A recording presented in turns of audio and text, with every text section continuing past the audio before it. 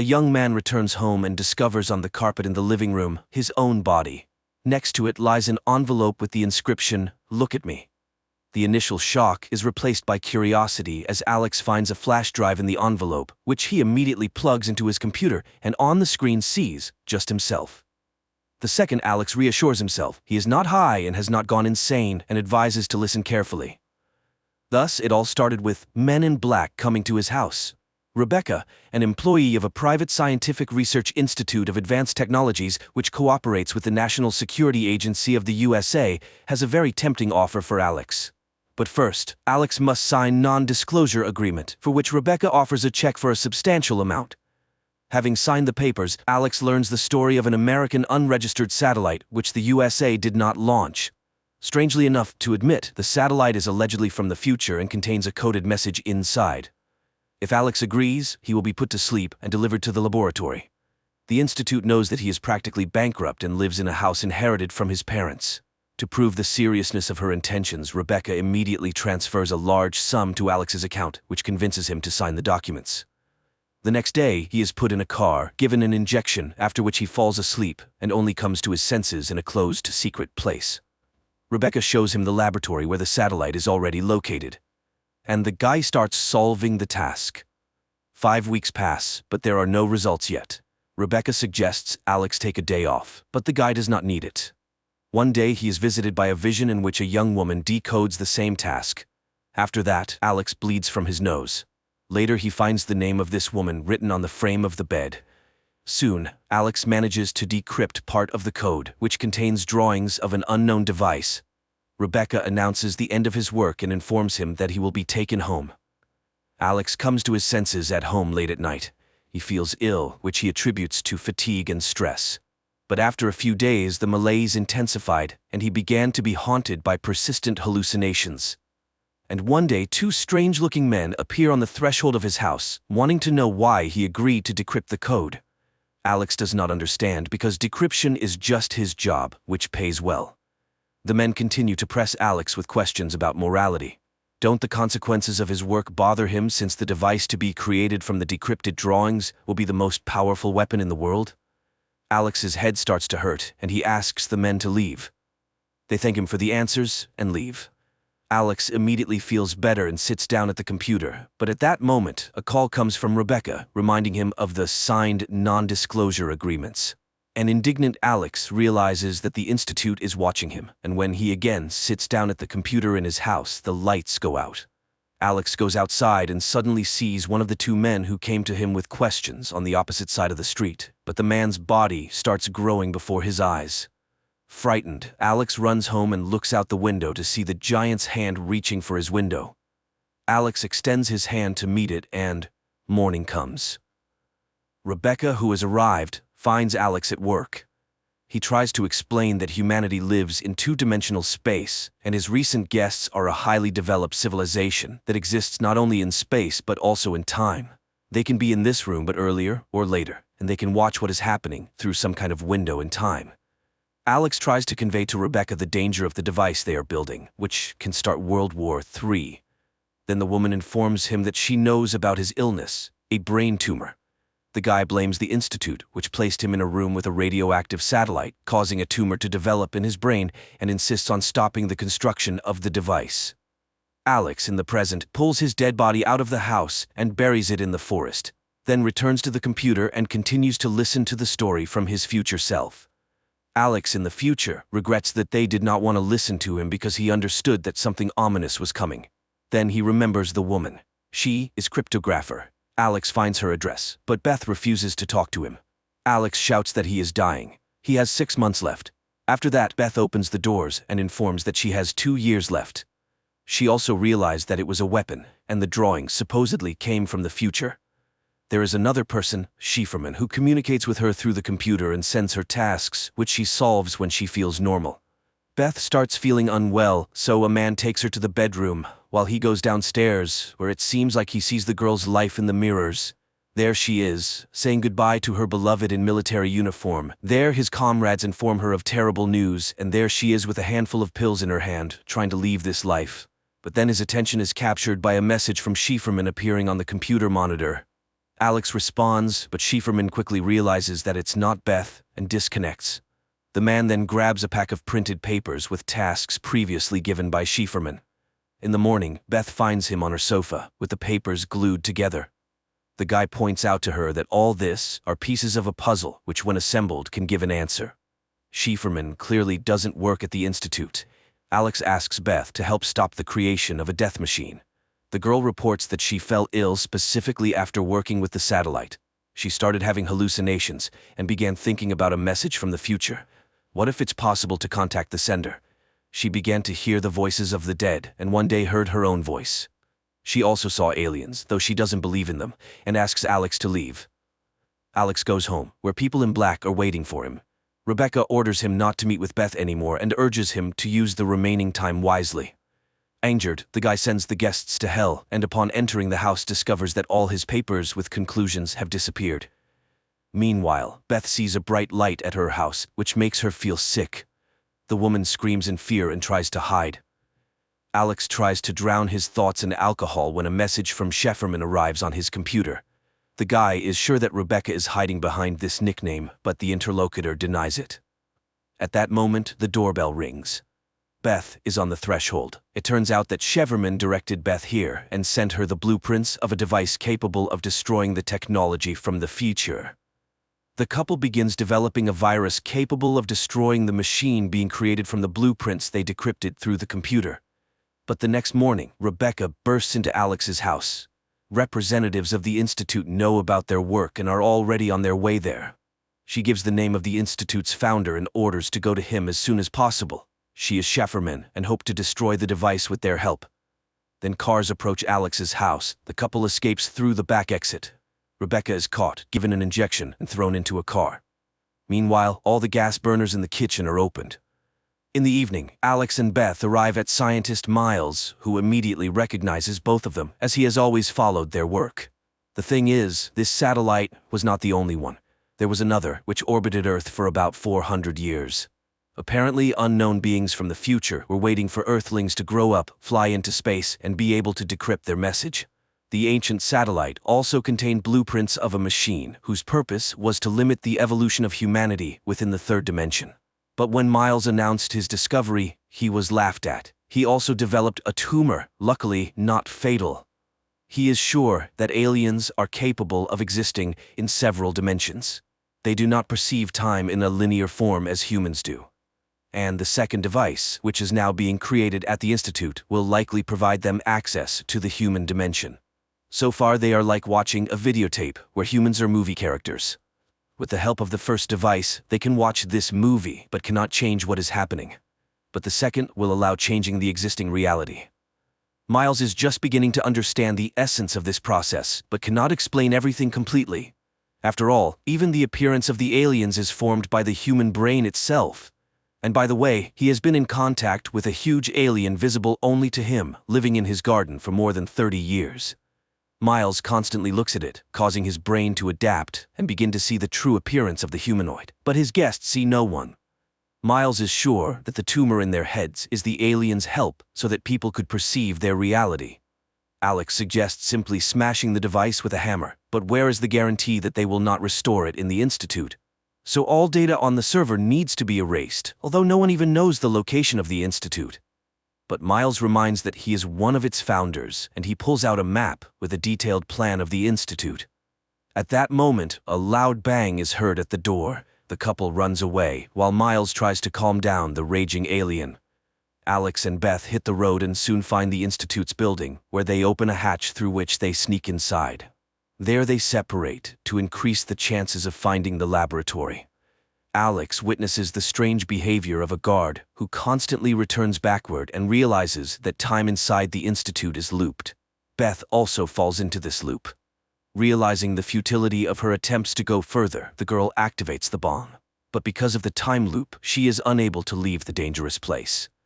Alex goes into a dark room and tries to carry the bomb further when he is overtaken by an alien and literally disintegrates the man into small particles. A minute later, Alex finds himself tied to a table. Opposite him sits a humanoid. Alex thinks he has died, but the alien denies his belief. They are simply curious about the human appearance and their experience of time. Linear time for aliens is incomprehensible and tedious, a labor-intensive cycle of empty beliefs. Humans are like in a trap, forced to constantly go through the same thing. Aliens, on the other hand, exist outside of time and space. They are in every moment. Therefore, causal connection and sequence of actions for them is a mystery. What will happen if a human no longer has to wait for something? Alex realizes humans will become similar to the appearance of aliens, but the familiar personality, the ego, dies in the moment. The alien is surprised. Death is natural, but man hides and distances himself from it. Time determines everything for a human. It is both a giver and a thief. A human sees the world as he imagined it, and what will happen when the source of projection disappears. Even with the eternity of self-analysis, man will not understand the difference between reality and illusion. With each newly born, a new reality comes. Therefore, a person always stands before choice. Alex feels very bad. And then the alien offers to return to the moment before the guy got sick, with the information he now has. Alex decides that he would not have gone to work at the institute and would have stopped all this. The alien is surprised. Why would he change his behavior if he's not able to change the situation? And then Alex admits, people do not choose what will happen. The humanoid insists, will his return to the past make a difference? Can something change?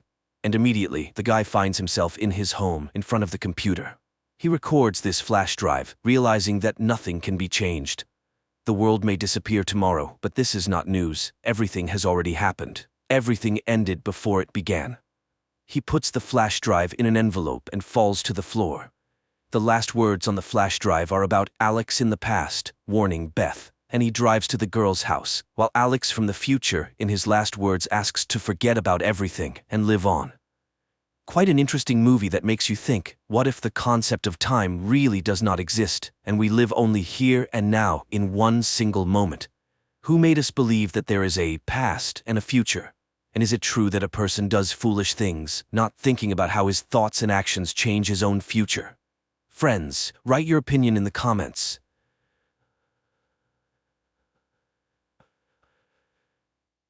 A spacecraft is departing from Earth with another group of settlers headed for Mars. One of the passengers convinces her daughter to wave goodbye to the planet as they will be apart for a very long time. The well-established route consists of 2 stages. The shuttle docks with the Aniara, a huge spaceship that has everything for comfortable living. And after 3 weeks, it delivers the passengers to the colonized planet. A young woman named Emily Grant on the ship serves as a mimorobe, a guide to the world of Mima, the system that allows one to delve into their memories and visions so that the brain does not get bored with the repetitive space scenery. Emily herself loves to remember her walks in the forest, and the visions even allow her to feel her bare feet stepping on the moss. A new neighbor is added to Emily's room, an adult female astronomer. From the huge monitors, the astronomer tells the passengers about the delights of Aniara and that the ship has everything to keep from getting bored: shopping centers, restaurants, and even nightclubs. If desired during the journey, one can work in the water purification department or the seaweed factory, which is necessary for oxygen production. The company pays points which serve as currency for this work.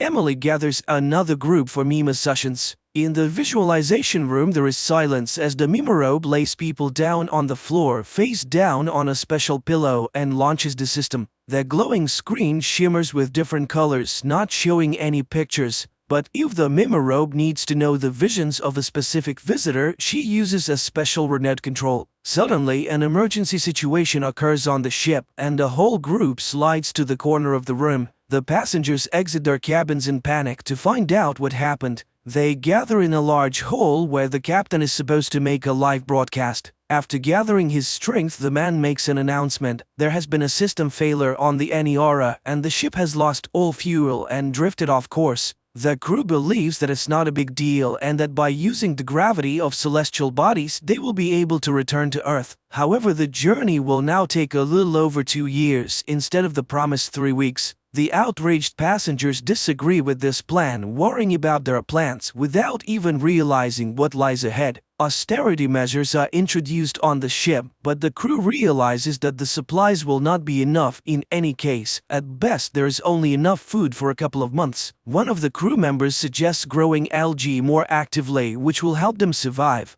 The first 3 weeks of confinement in space pass. The people still don't lose their optimism, but they're already starting to get bored. The meme becomes the most popular hole as everyone wants to see more than just the infinite universe outside the window, and Emily can't handle it, so she asks the captain for help. In addition, the girl is going through a personal drama, hoping to resume her relationship with one of the crew members, Isabel. Emily asks her neighbor how long it would take to reach the nearest celestial body so that the ship can turn around. The woman initially avoids answering, but then admits that in her opinion all of this is hopeless. There are no points that could help them. The crew just doesn't know how to tell the passengers about it. After hearing this, the mshorror has a panic attack and runs to her hole to immerse herself in memories of Earth, and also to drink in secret so that the commander would know. That journey has been going on for 3 years already. The people have settled into life on the ship, having come to terms with the length of the flight. Emily goes to a party where she meets Daisy and they decide to alleviate their loneliness together. When the couple retreats to a corridor, Isabel walks by and gives Daisy a cold glance, making it impossible for her to relax. There aren't enough people on the ship to work with the algae and water purification systems. Even young passengers are now being recruited, but the systems can't keep up, and all the drinks have an unpleasant sulfide smell. Strange things also start happening in the ship's hull as the system malfunctions, and Mima, using human language, begs to stop as it can no longer handle passing through people's memories. One of the people lying on the floor starts thrashing around in hysteria, and when Emily connects her remote to him, she sees very unpleasant images in his head.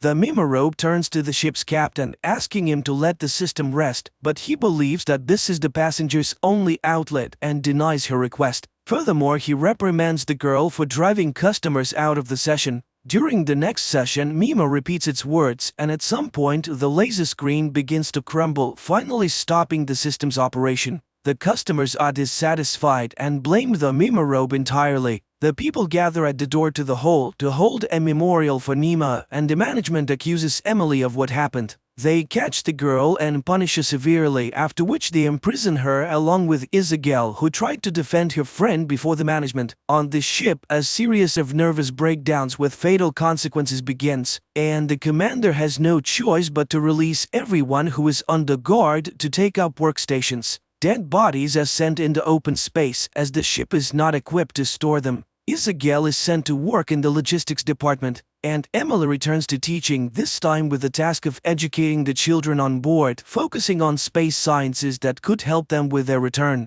During their time in confinement, the mshorror and Isabel developed a relationship, so they move in together once they're free. Communities and groups emerge on the ship, each praying in their own way for a return and rescue. At one of the gatherings of a cult-like group, they invite the girls, as Emily was associated with Mima. In a dark room, the friends first become witnesses and then participants in love games, after which Isabel becomes pregnant. The girl falls into depression, fearing that her indulgence will bring another hostage into the situation, but Emily supports her with all her might. She even plans to make a light screen that would replace the dark picture outside the window with earthly landscapes, but the captain forbids wasting resources on such foolishness. The couple has a healthy boy who grows very quickly, but Isabel can't shake the feeling that she shouldn't have done it. While bathing with his son in the pool, she almost commits a terrible act, but fortunately she's distracted by a message from the captain, who urgently invites his former assistant to a meeting. It becomes revealed that after 6 years of travel, a flying machine has finally been detected, and a meeting with it will take place in about a year.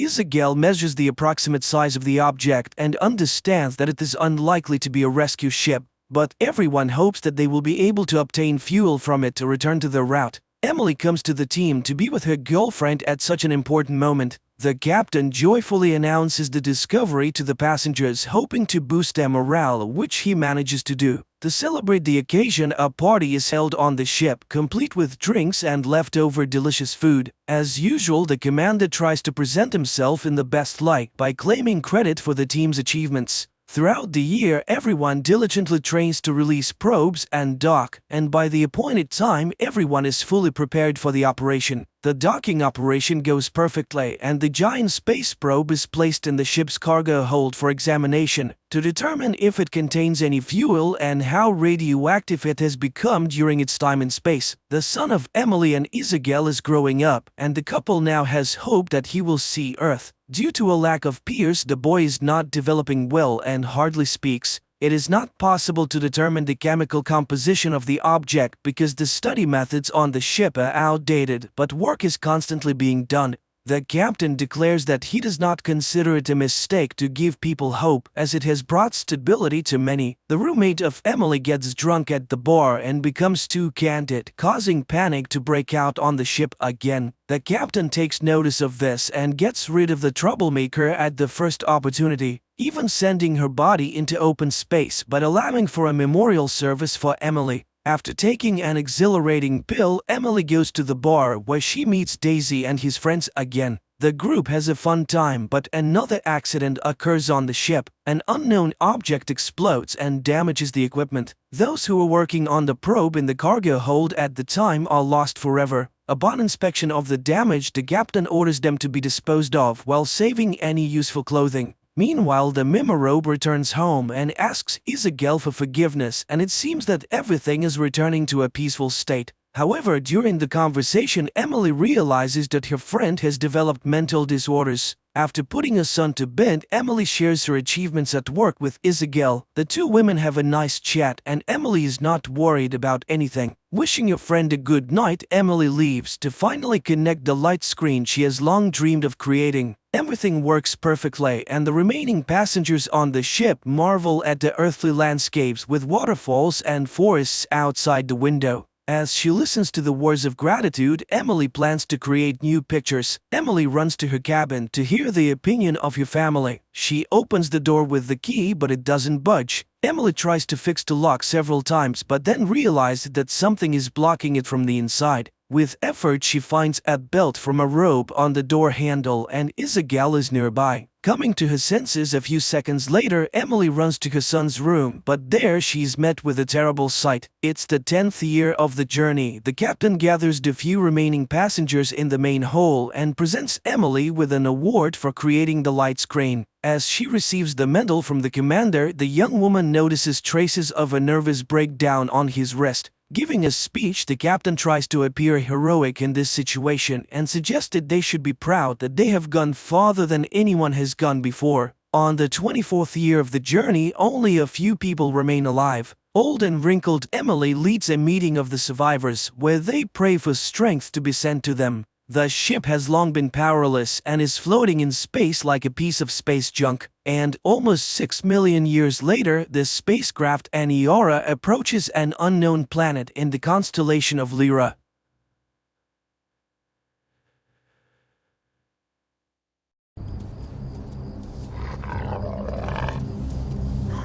In the first scenes of the film, a woman is driving a car on a night highway.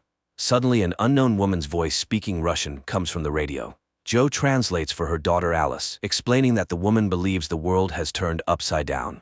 A police car appears behind them, and an unknown device lying next to Joe starts blinking alarmingly, but the police car drives past. Soon the pair arrives at a small house. Joe starts a fire and puts the child to bed. She then goes outside to check the device left in the car, but hears her daughter scream and rushes back inside. However, Alice is asleep. Joe runs outside again, hears her daughter scream again, and runs off into the night. 5 weeks earlier, Joe is floating weightlessly as part of a group of astronauts on the International Space Station. She only sees her daughter and husband Magnus via video calls, and she conducts her next session from the cold nuclear fusion laboratory where Mission Commander Paul is working. He adjusts the equipment according to instructions from scientist Henry Calder on Earth. The scientists are searching for a new state of matter, but no one knows what it is.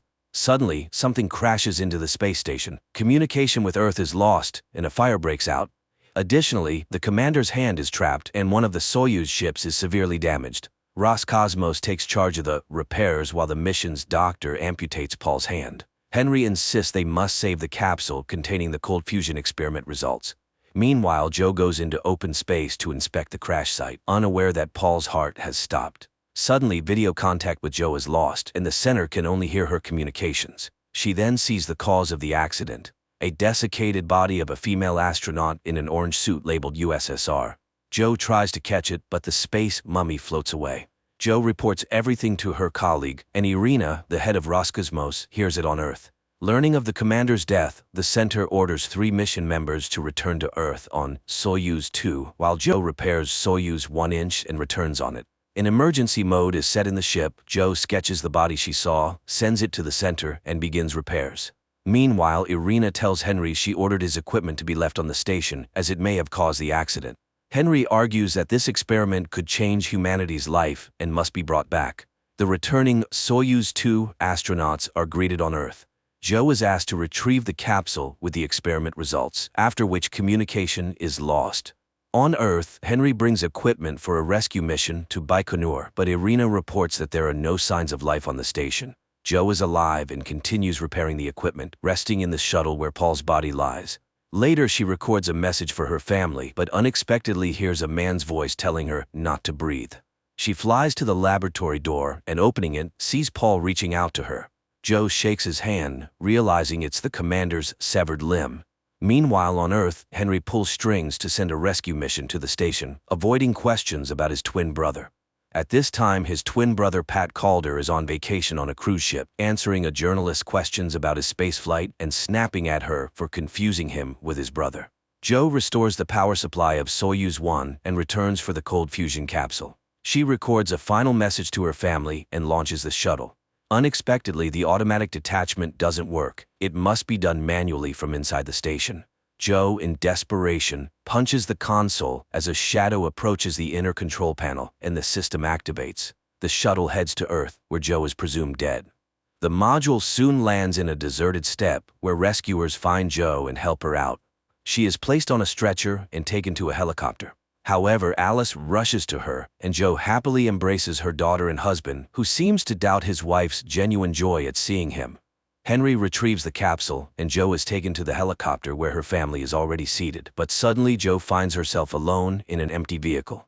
Then everything returns to normal. She decides it's due to stress. She speaks to her daughter in Swedish, but Alice doesn't understand her. Meanwhile, Henry rejoices over the successful quantum mechanics experiment results conducted on the ISS. Joe recovers after the flight.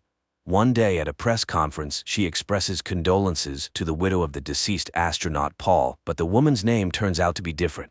Henry demonstrates the experiment results obtained on Earth. His assistant is sure this is only possible in space, dismissing it as a glitch. At Baikonur, an investigation into the tragedy begins. The commission reviews orbital recordings. When Joe mentions the object that caused the accident, a Soviet female astronaut's body, no one believes her since there has never been a report of a missing female astronaut in history.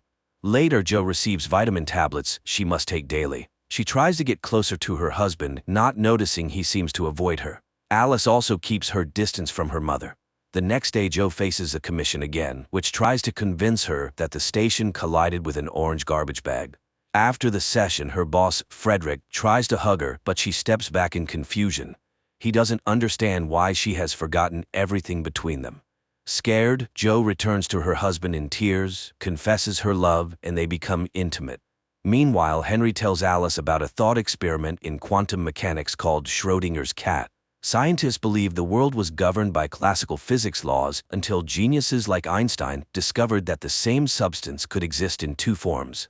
For example, a particle is black in one world and white in another. Between worlds, there is space where the particle is both black and white simultaneously, refusing to choose until observed. Henry invented equipment for the space experiment and discovered something, but it seems unwilling to come into the light. Magnus confesses his wife has changed completely. Henry comes to thank Joe for saving the capsule. She recalls he worked on the Apollo mission, and the old man warns that people who go through the space often change. Later, the team goes to the memorial alley, and Joe shows friends a photo of the spacesuit she saw in space, but she's told it's Irina, the current director of the Flight Control Center. The colleagues reach the tree planted by Commander Paul before the flight and lay flowers. When Joe is alone, she suddenly sees Paul, who tells her his heart is still hanging in space. After this, Joe acknowledges the commission's correctness and retracts her initial testimony. Her family heads home, where Joe notices some inconsistencies. For example, the car is blue, but Joe remembers it was red. The family congratulates Joe on past Christmas and her birthday. She jokes and laughs, though Magnus admits he believed their marriage was over. The next morning, Joe walks around the house and suddenly sees a piano. She sits at it and opens a sheet music. In the evening, Joe again notices her daughter doesn't understand her Swedish, though the girl spoke it fluently before the flight. Magnus admits he knew about her affair with a colleague, Frederick. This perplexes Joe as it's not true. Henry recalls a formula where the main stress relief component is lithium-7. Joe visits a psychologist who prescribes her the antidepressant lithium. Henry notices her and invites her to see his laboratory, where he talks about astronauts who heard non-existent sounds and smells after flights. But this is kept secret.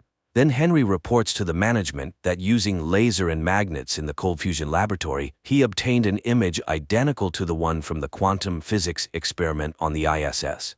He tried to capture the moment when a substance exists in two different states simultaneously. The same experiment with Schrödinger's cat, which can't be determined if it's alive or dead. But only Henry sees the results. Apparently, this is the observer effect, where the experiment influences the experimenter. Joe approaches the piano again and starts playing this time, scaring herself because she never knew how to play. The next day, Joe compares the vitamins she received at Baikonur with the prescribed medicine and finds that both contain lithium-7. Suddenly, she sees two workers and hides in an office, finding a list of astronauts. Each name has a letter, and checking those under B, she discovers they were all prescribed lithium-7 and experienced unusual things. Meanwhile, the workers enter the office, ignore Joe, and start stacking folders on a cart. She tries to get their attention, but seems invisible. Joe approaches a man closely. He screams and disappears. Joe is alone in the office again. She goes to Henry's office, but he suddenly accuses her of excessive curiosity that will ruin her. Later, her colleague Frederick visits, not understanding what happened as they loved each other. Joe avoids the conversation. At home, Joe finds a package with tapes on the table. It turns out the Marine Observatory workers, unlike the Flight Control Center, heard her calls from space and recorded them, now sending them to her. Joe plays the tapes and hears her voice when Alice comes downstairs and sees a room filled with mourning people. Live astronaut Paul with his family, and Joe's portrait in a mourning frame at the center. She screams, but her father carries Alice upstairs, where his wife admits all her pills are neuroleptics, meaning she's been intentionally habituated to them. She believes she was heard but deliberately left to die in space. Magnus grabs the phone to have her taken for treatment, but Joe pushes him and he falls, hitting the floor. Joe pulls herself together, calls an ambulance, and asks Alice to get in the car. On the way, she stops by the laboratory and steals the flask with the substance obtained in the quantum physics experiment. Henry hears a knock at the door but finds no one in the hallway when he opens it. The scientist closes the door, not noticing his twin brother Pat, who briefly appears behind him and then disappears. Irina calls, having just read an article about two particles entangled by quantum mechanics, where what happens to one determines the state of the other, even if they are far apart. He hangs up without responding. Joe calls Russian cosmonaut Ilya to ask what vitamins he was given on the ISS. He reads out the name with letter A. Joe explains that, unlike the rest of the crew, she was given neuroleptics. The cosmonaut is skeptical, but she asks him to check his pills and wait for her call. Henry discovers the flask theft. The next morning, Joe asks her daughter to describe her fears in detail. The girl admits she hears the voice of an unknown woman named Valya. Joe steps aside to call the observatory worker who sent her the tapes, but he unexpectedly claims it couldn't have been her and hangs up. Meanwhile, Alice brings her a drawing of her fear, showing the figure of a female astronaut in an orange suit, whom Joe saw dead in space. Ilya checks his pills, which turn out to be vitamins. However, documents on the substances given to Joe are no longer accessible. Joe arrives at the Marine Observatory and meets the brother and sister who sent her the tapes. The elderly couple clearly heard her voice from space and recorded it. However, the recordings can only be heard on their ship at sea. They take Joe and Alice to a boat, sharing strange stories of people seeing odd things in space like angels, and often going mad upon returning home. They recorded everything, but there was little noise until Apollo 18. During that mission, the airwaves were filled. Deciphering these messages is challenging. The boat sets off, and the woman plays a tape recorded in 1967. It features the voice of a female astronaut returning to Earth in a damaged capsule, seemingly dying. That day, Irina allegedly returned unharmed from space. The woman can also let Joe hear Paul's voice, though everyone says he's dead. Joe refuses to listen. They head back to shore, and Alice secretly calls her father, revealing their location. The woman gives Joe the tapes. Mother and daughter drive to a forest cabin, analyzing everything that happened. Alice plays the 1967 tape again, recognizing Valia's voice from her visions. The woman is in pain and very hot, as heard on the tape. Henry looks into a mirror calling his twin brother. When Pat appears in the reflection, Henry accuses him of stopping his medication and admits his space experience worsened everything. Joe and Alice continue listening to Valia, who says the world is upside down. Reaching the house, Joe plays a recording of her conversation with Alice before the collision, but the girl suddenly claims it wasn't her, as she doesn't speak Swedish. The action shifts to the ISS on the day of the accident, showing the other side of Schrodinger's cat experiment. Paul conducts a quantum physics experiment while Joe talks to Alice when an alarm sounds. Joe is thrown against the window, hitting her head and losing consciousness. Paul tries to help her, realizing she's dead. Her husband and daughter are informed of her death and fly to Baikonur. On the orbit, Paul stays to repair the shuttle, worried that accessing the laboratory is impossible, leaving the experiment results on the station. Joe's body is moved to the shuttle, but Paul struggles to accept her death's reality. Later, he rests before landing, recording messages. Again, he feels Joe is alive and even asks her not to breathe.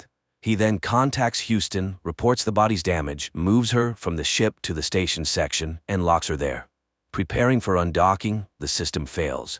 Mission Control reminds him that 2 people are needed to activate the system. Paul, like Joe in another reality, hits the console as a shadow approaches the inner control panel, and the system activates. The shuttle lands safely.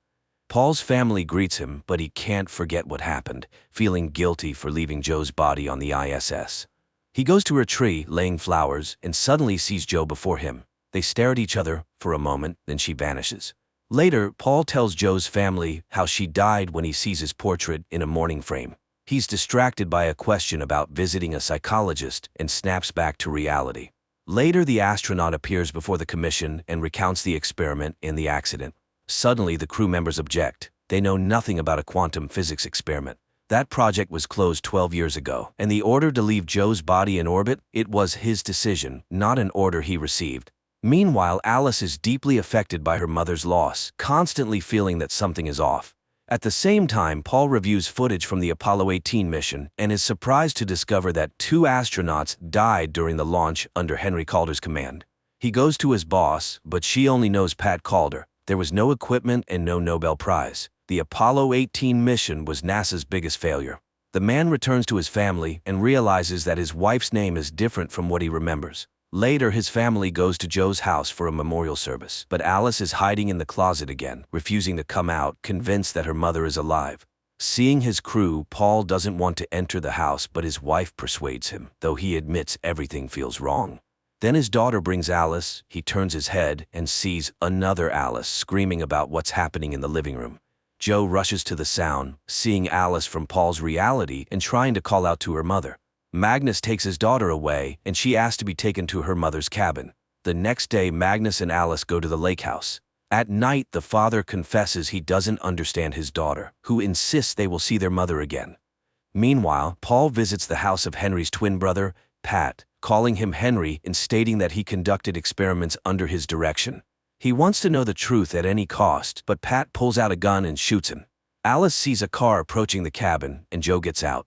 And then everything gets confusing, so friends, forgive me if something is unclear. The girl hurriedly puts on her shoes and goes outside, but it's empty in front of the house. She calls for her mother, and Joe, in another reality, from the beginning of the film, turns at her voice but doesn't see her daughter. Alice returns to the house, puts on a coat, and goes out into the night with a flashlight. Joe distinctly hears footsteps passing by, but sees no one. They wander around the same place, shouting, hearing voices, but not seeing each other. In her reality, Joe and Alice sit in the cabin, listening to space recordings again. The girl admits her memories are different. Firstly, she doesn't speak Swedish.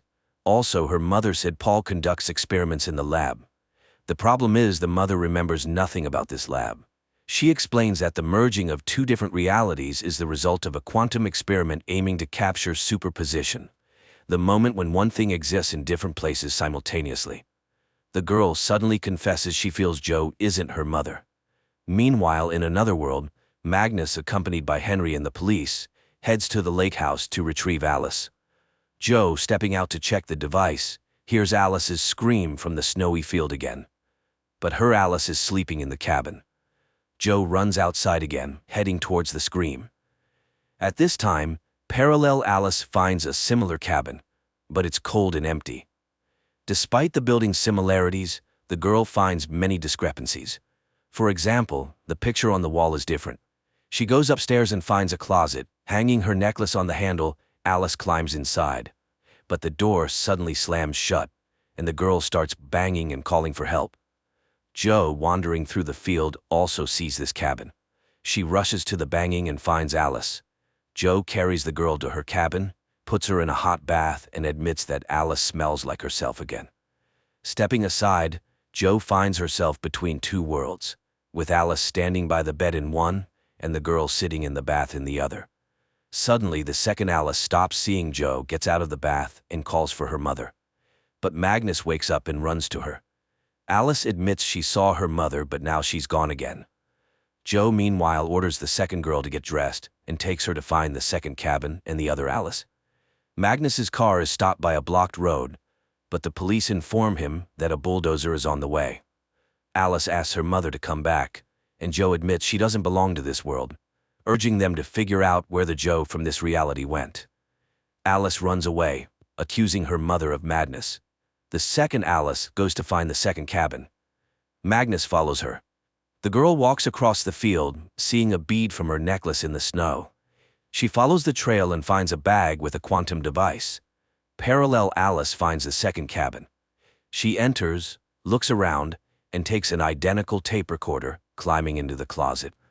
The second Alice also arrives at this closet and sees the tape recorder inside. The first Alice turns on the recorder and records her voice, calling Alice. The second Alice turns on the tape recorder and hears her own voice asking her to say something. While the girls establish contact, their parents search frantically through the frozen field and house. Joe finally reaches the closet. In her reality, Magnus approaches the same spot.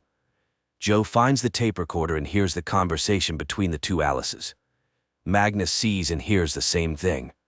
Terrified, he calls emergency services, reporting his daughter is missing at the lake. Joe gets into the car and heads towards the lake, as the kerosene lamp in her cabin falls and sets it on fire. The two Alices, sitting in the closet, look into the mirror and suddenly see each other.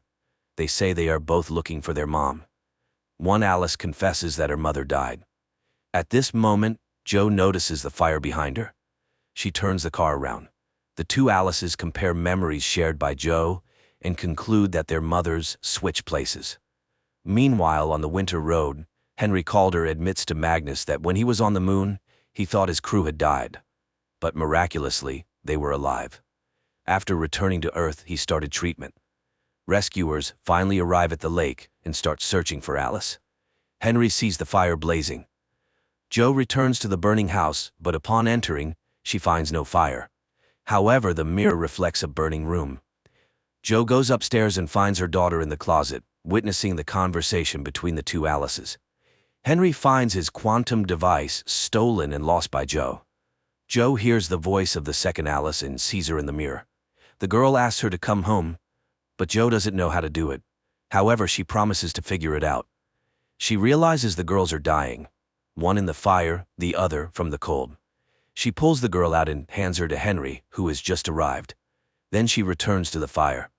Henry lays the girl in the snow and also calls for help, while Joe walks around the burning house. Suddenly, she sees Alice lying in the snow. She tries to revive her, hearing her voice behind. Turning around, she sees the second Alice, who suddenly says she doesn't feel her double.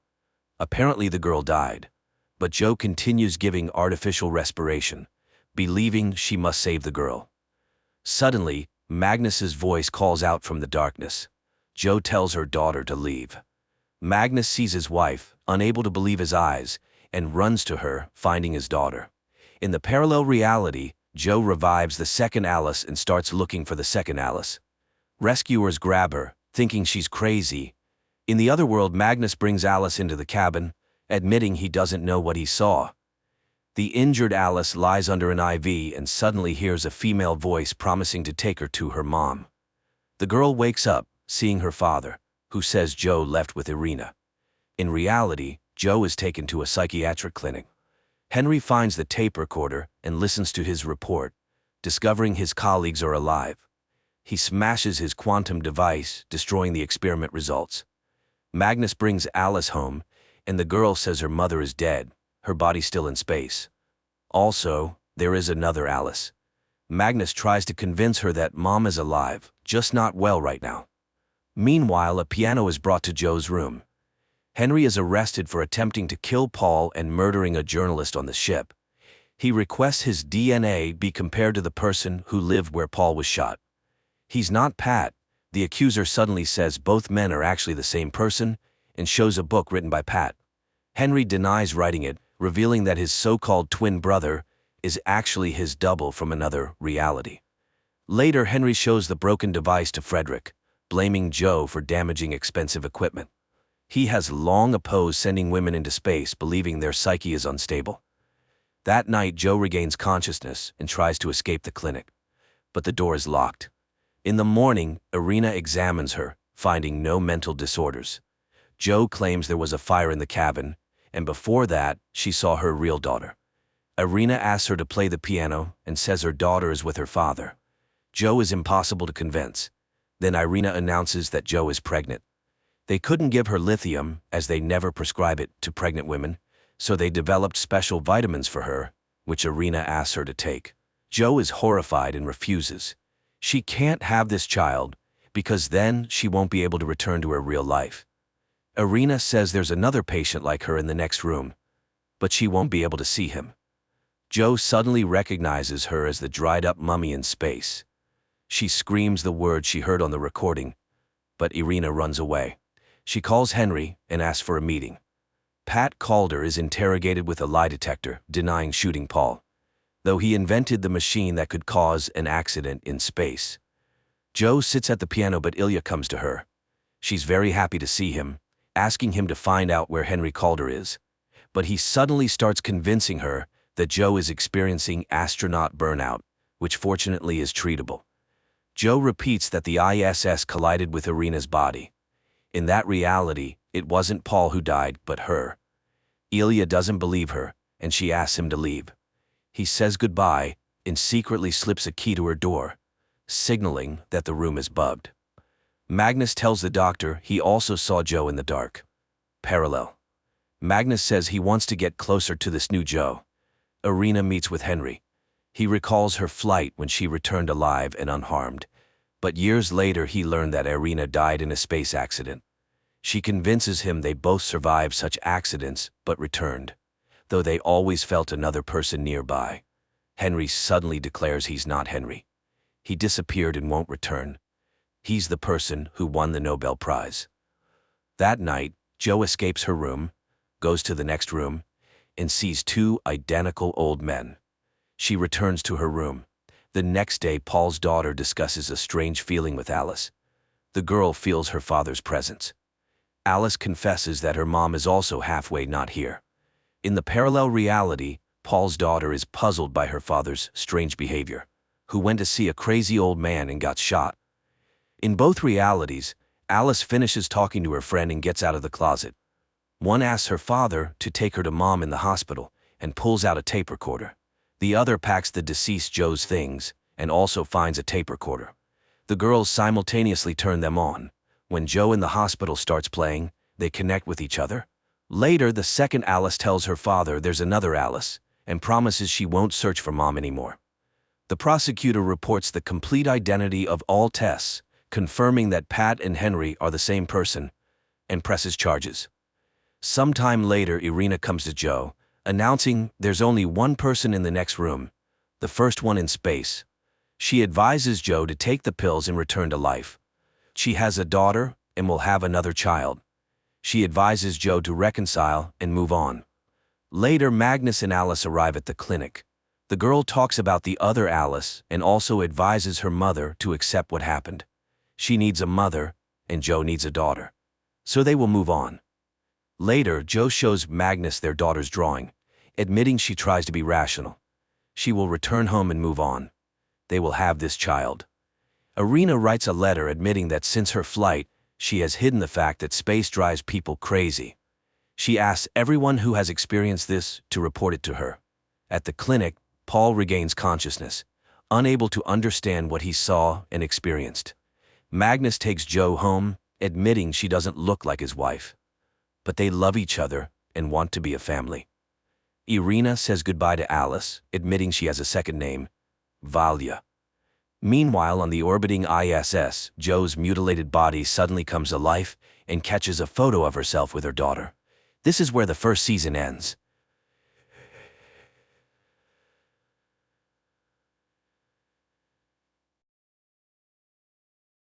Hello everyone, today we'll be talking about a science fiction film called Crocodile Island. Be ready for some spoilers ahead.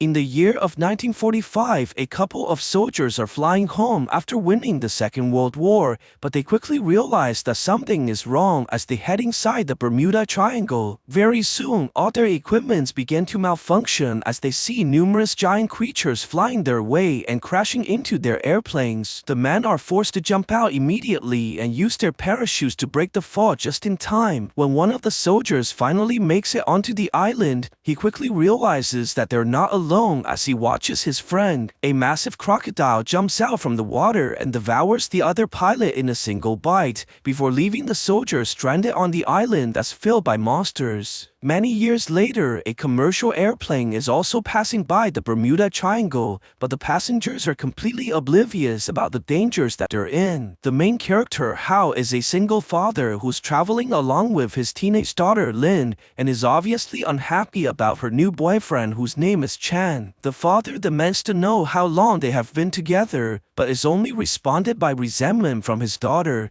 giving him no other choice but to stare at the boyfriend in anger. Before their argument continue, the entire plane begins to shake violently and causing all the passengers to panic in fear as they try to put on the oxygen masks. Things become even worse as the pilots realize that their equipments are failing, giving them no other choice but to slowly bring down the airplane towards the nearby island. Before the aircraft is able to reach the bottom, the people soon notice numerous gigantic birds flying their way and causing tremendous damage towards the engines. This causes the airplane to quickly drop towards the ocean, while the pilots try desperately to maintain control, but the aircraft is ripped open violently. The people are sucked outside by the pressure difference as Hao tries to make it towards his daughter, and eventually managing to secure himself onto the seat. The airplane crashes into the water as the entire vessel is drifting on the ocean, but the pilots quickly realize that something is wrong as they're heading directly towards the rocks. The aircraft slams into the island, which breaks the plane into pieces,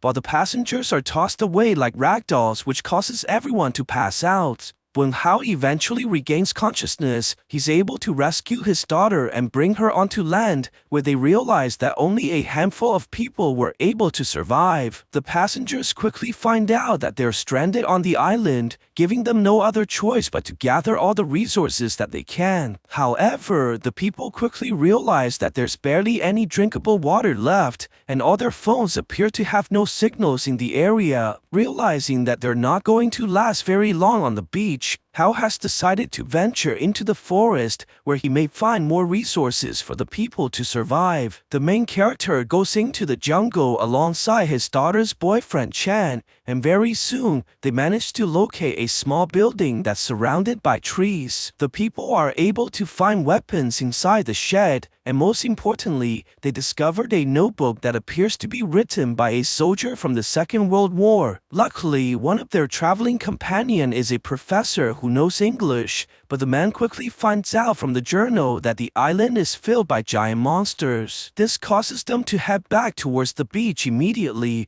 as they try to warn their friends about the danger that they're in. On the other side, a survivor called Fan begins fighting a woman for the only bottle of drinkable water in the area. Luckily, the man's despicable actions are quickly stopped by another person called Lee, who punches the aggressor right in the face. Their fight continues onto the water as a flight attendant tries to stop the violence while no one else offers to help. Lee's pregnant wife Gia sees this and tries to stop her husband, eventually managing to pull the man away from the conflict. Before their squabble continues, the people quickly realize that something is coming their way as the flight attendant is attacked by a crocodile inside the ocean. Everyone sees this and begins running away immediately, while numerous reptiles climb onto the beach and starts devouring the humans who are too slow to escape. When Hao eventually manages to return from the forest, the people are shocked to see that everyone has left the area and leaving nothing but footprints of the crocodiles behind. Hao thinks that their friends must be still alive, which causes them to chase after the survivors immediately. At the same time, the people are continuously being pursued by the animals who devours anyone that was left behind. The survivors are eventually split into groups as they escape towards different directions, and Lin is able to make it towards a clearing alongside the husband and his pregnant wife. Very soon, they're able to find fresh water, which allows the group to recover from thirst, but Lee begins hearing noises that are coming towards them from inside the forest. Luckily, the survivors quickly realize that it's only the main character and his group,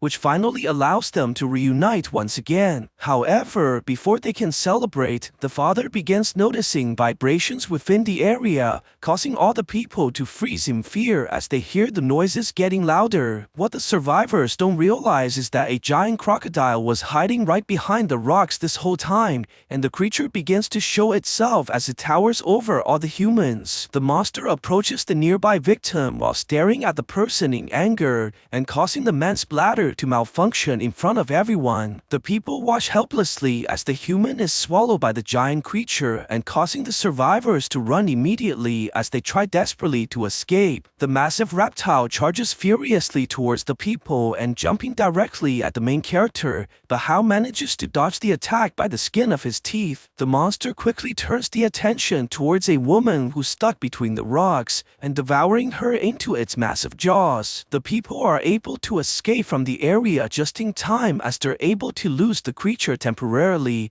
and Hao brings the survivors towards the building that he found earlier. The man suggests to everyone that they should camp here for the night, while touting Chan that they need to guard the area from the hostile creatures. The next morning, while everyone is still asleep, Hao decides to gather some fruits for the people so that his daughter will have something to eat when she wakes up. On the other side, Fang was able to survive alongside a woman whose name is Li Qi, but she seems to care more about getting famous than not becoming the monster's buffet. The girl quickly shows that she's nothing but dead weight, as she managed to cover herself inside a bunch of sticky liquids. Li Qi demands that Fang help her clean off the fluids immediately, but the man seems to prefer the dirty look more than anything else. What they don't realize is that the liquids are actually from the eggs of giant spiders. At the same time, Lim finally wakes up from her slumber as she tries to go outside to look for her father, but quickly notices that they're surrounded by giant insects inside the fog. They try to wake up the others quietly so they can avoid becoming the monster's prey,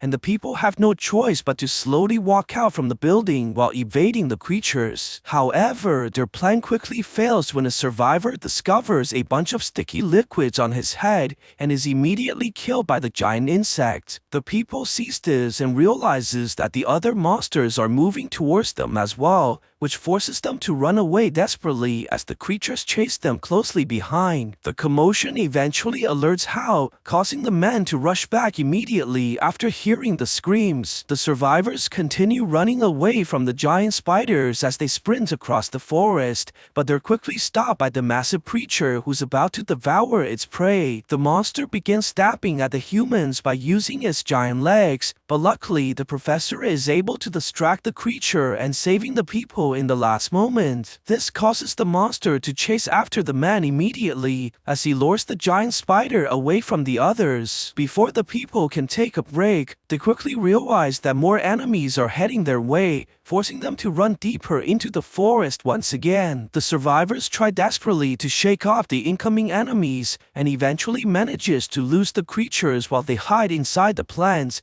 hoping that the spiders will leave. To their surprise, the people begin hearing footsteps heading their way and soon finds out that it's the main character who notices all the monsters in the area. This causes Hao to yell towards the creatures as he tries to lure the spiders away, making all the monsters chase after him him and giving the others a chance to escape. The man quickly runs back to the wood building where he finds the professor hiding there for shelter as well.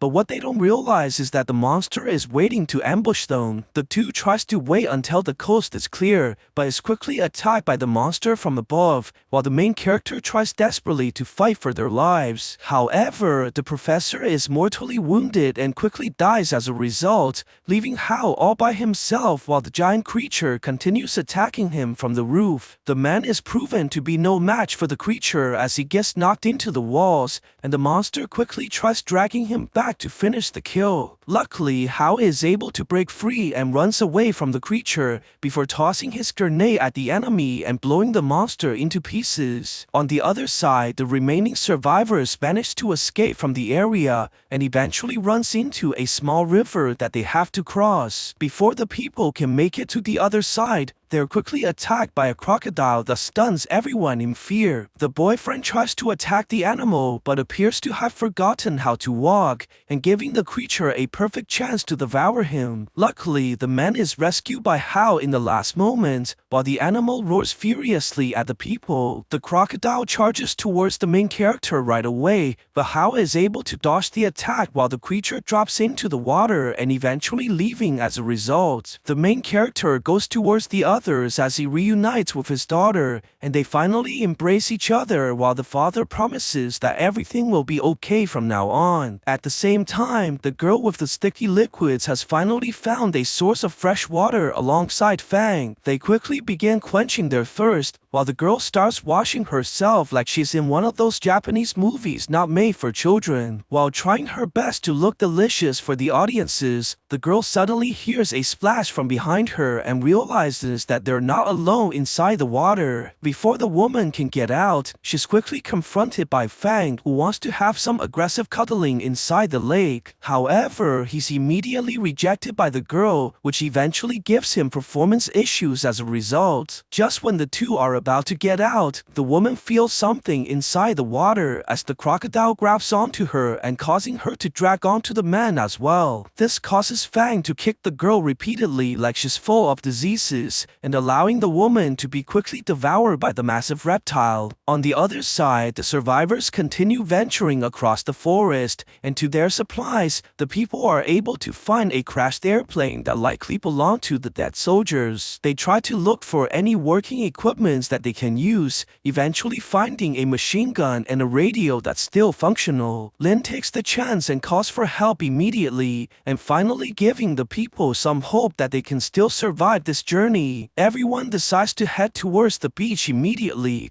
but they quickly run into another survivor who turns out to be Fang. Although the people obviously don't trust the man, they have no choice but to let him tag along, as Hao warns Fang to stay away from his daughter. The group eventually makes it towards a large river that they have to cross once again, but the pregnant woman is not able to swim in her condition. The team is forced to help the wife build a simple raft, as Hao volunteers to swim across the water so that he can pull her across the river. The main character is eventually able to make it towards the other side, as all the survivors begin swimming across the water as well. Everything seems to be going according to plan, but Hao quickly realizes that something is terribly wrong as the giant crocodile appears onto the surface. The people begin to panic as they swim desperately for their lives, while the massive creature continues charging towards them. Lin is able to make it across with her boyfriend, while Fan begins swimming the other way, but the husband is still inside the water as he tries to push the wife across the river. Seeing that they have no chance to escape, the husband pushes the woman away as he sacrifices himself right in front of everyone and gets devoured by the giant creature. This causes Jia to scream in tears while the crocodile turns around to prey on the humans once again. Hao begins shooting the machine gun at the creature and giving the others a chance to run, while the animal chases them closely behind. The people are able to make it into a clearing as Hao tries holding the monster back by using his gun,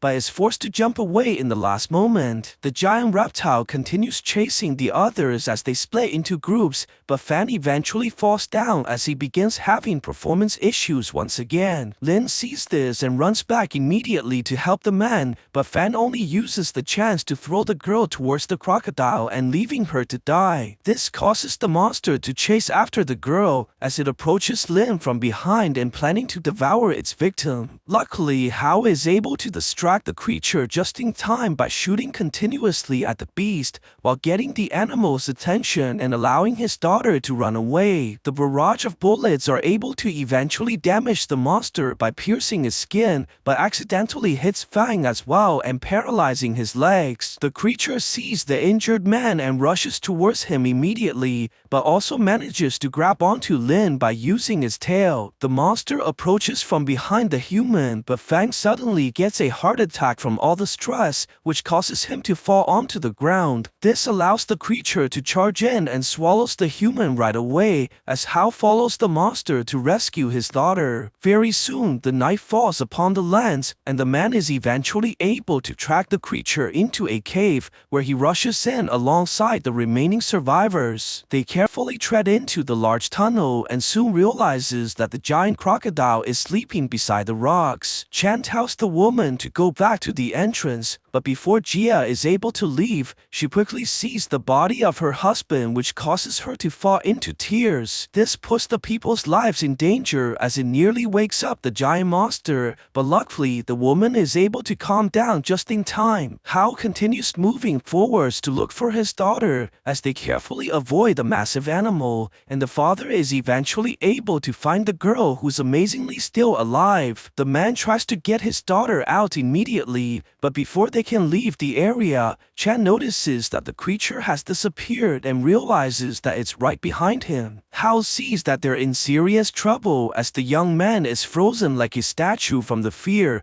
giving the main character no other choice but to fire at the monster to save everyone else. The boyfriend takes the chance and rushes towards Lin while carrying the girl away from the cave as they try to escape from the area. The monster eventually turns towards Hao as the man rushes deeper into the unknown while luring the animal away. The father tries turning into the corners and hiding inside the smaller tunnels to lose the massive creature, while Chan is able to bring his girlfriend towards the entrance. He hands Lin over to Jia and immediately decides to go back to help as he rushes towards the monster while holding his weapons. At the same time, the main character is running out of places to hide as the creature nearly kills the man from behind. This forces Hao to run desperately for his life and eventually jumping into a small entrance while shooting continuously at the giant crocodile. However, the bullets are not very effective as the man quickly runs out of ammo at the worst time, and he realizes that he dropped his grenade right behind the massive creature. Chan eventually makes it back to help as well, and the father tells the young man to find the grenade immediately before the monster can break inside. Chan rushes towards the rocks as he looks for the weapon like a madman, but is quickly able to find the bomb. He runs towards the animal immediately and throws the axe towards the creature while getting the monster's attention and luring it away. This gives Hao a chance to escape as the young man is chased by the massive beast, but Chan quickly unpins the grenade and throws it towards the monster. This unleashes a huge explosion that shakes the entire cave and causing tremendous damage towards the giant creature,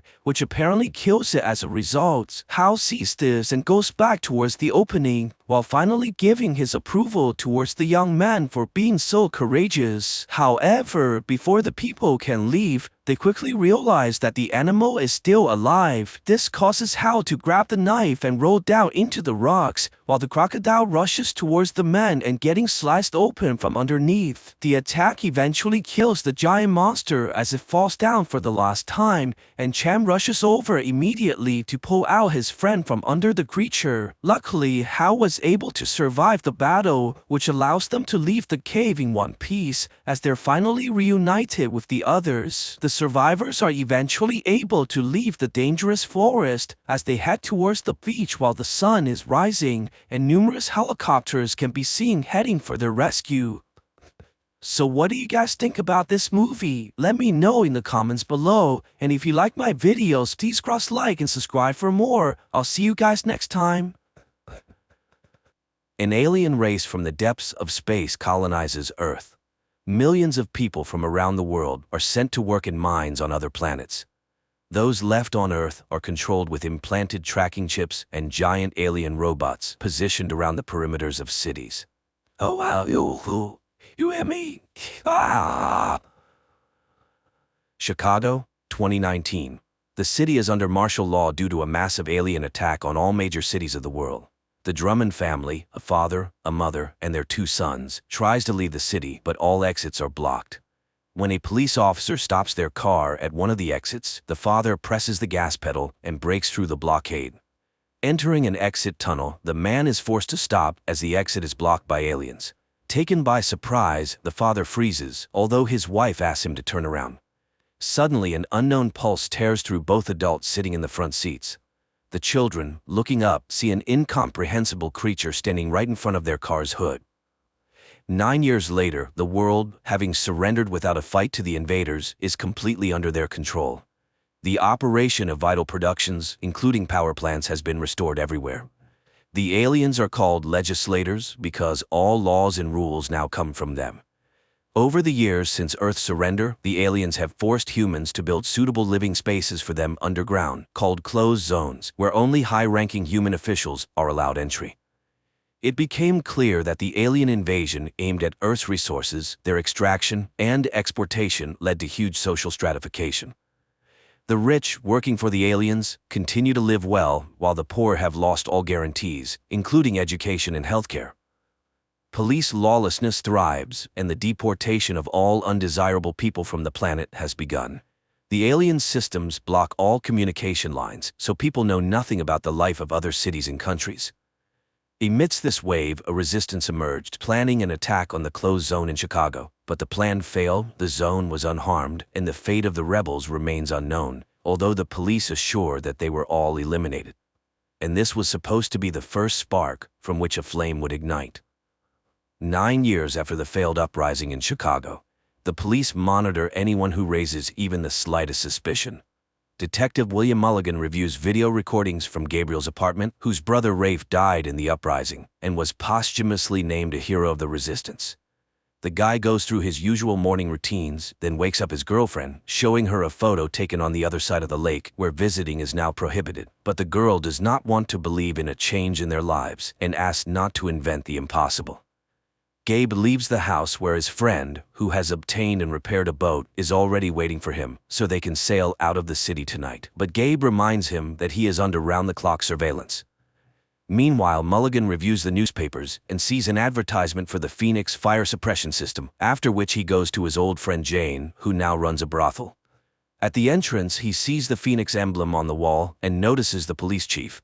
The owner greets Mulligan as a good friend and hands him a gift box, mentioning the Donnans and their gifts.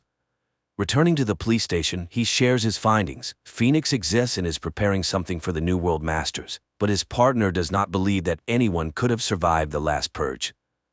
At this time in the subway, 2 resistance members meet because the newspaper advertisement is a battle readiness order given by their leader, whom they call First. He has learned that there is an entrance to the zone through the stadium, and soon there will be a Unity Festival, which high-ranking aliens will attend. The only thing left is to infiltrate. The next day, Gabe goes to work, having passed through the recognition system, since every person now has an identifier chip inside.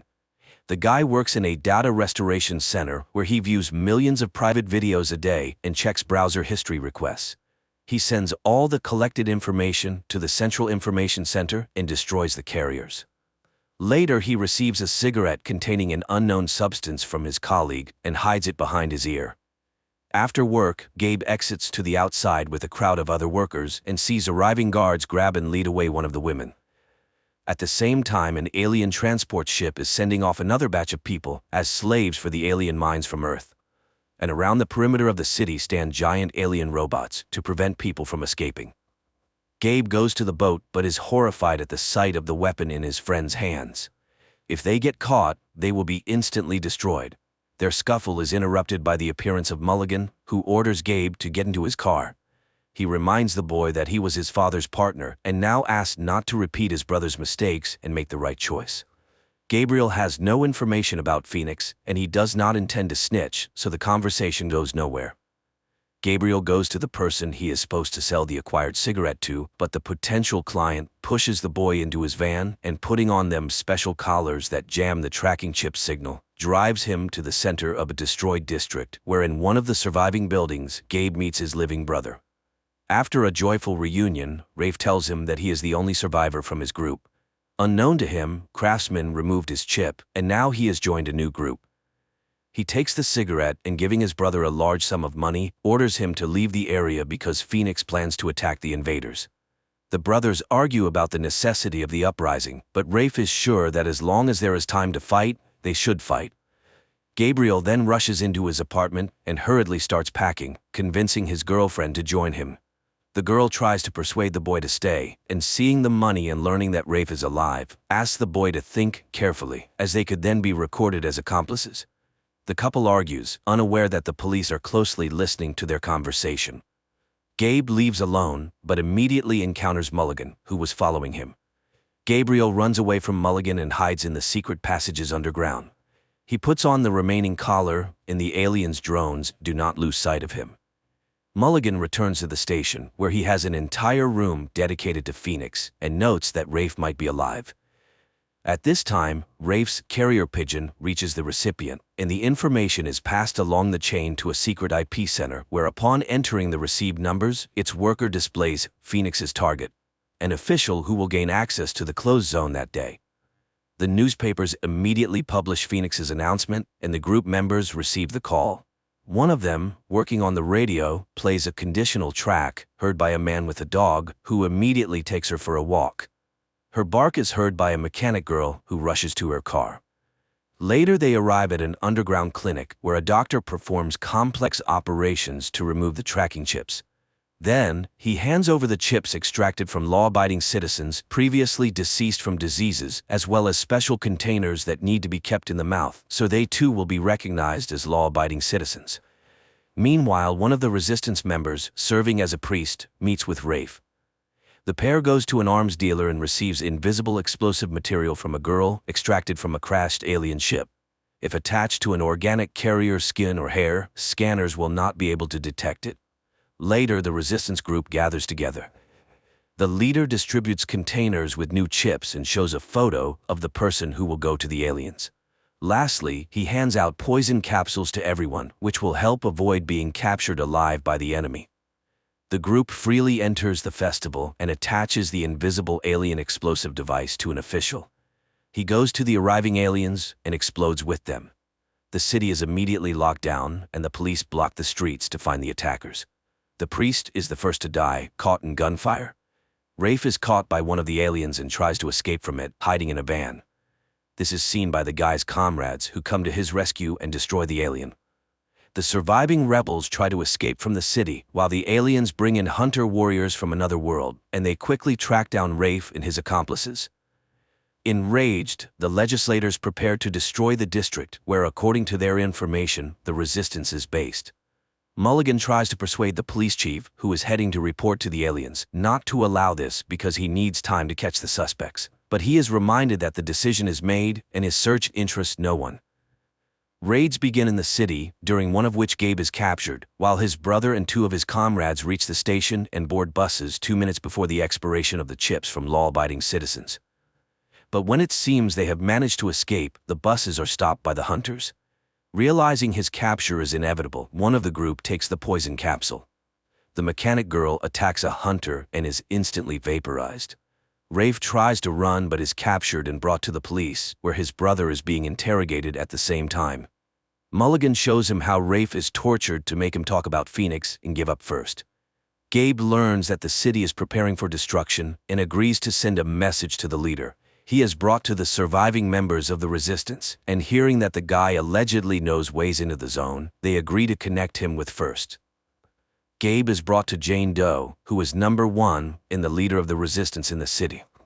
Upon seeing the boy, the woman calls him by name, which confuses Gabrielle, and at that moment, a police squad raids the brothel and kills Jane. The investigation reveals that Jane had installed listening devices to record conversations with police officers she served to gather secret information. Later, during a briefing with the aliens, Mulligan names the members of Phoenix who, learning about the death of First, voluntarily left this life.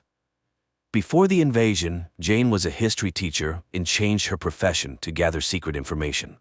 Mulligan presents recordings obtained in the brothel, where it is heard that the police chief actively leaked secret information about the aliens. Captured resistance members are deported to alien mines, and Mulligan, having declared the neutralization of the Chicago threat, is appointed acting commissioner. Later, he meets with Gabe and puzzles the boy with a new thought. What if the failure of the uprising was planned? And he hands the boy a memory card, extracted from a phone once given to him by Jane. The next day, Gabe views its contents, a video dedicated to a party before his birth, where close family friends record messages for him. There, he sees both Mulligan and Jane Doe, who was acquainted with his mother, as well as some other members of Phoenix. Meanwhile, Mulligan is allowed to arrive at the Earth Control Center and meet with the legislators in their habitat. As he heads to the spaceship, the same invisible substance that was part of the explosive used in the stadium attack manifests on him, explaining that Mulligan is also part of the resistance, and the plan was organized so that he could infiltrate the main alien base and set off an explosion. During the credits, a map shows that the plan worked, and the city blockades were successfully lifted, after which many resistance foci flared up everywhere. This means that the plan to light a match and ignite a bonfire was a success, and humanity begins an active fight against the alien oppressors. Despite the film being labeled as science fiction, the message here is quite realistic. How will humanity behave when it realizes the possibility of its total occupation? Also, the filmmakers draw belief in victory from the history of humanity, using Lenin's motto, "A spark will kindle a flame." The struggle, the underground conspiracy. The film is full of revolutionary stylistics, and it watches like a real political thriller.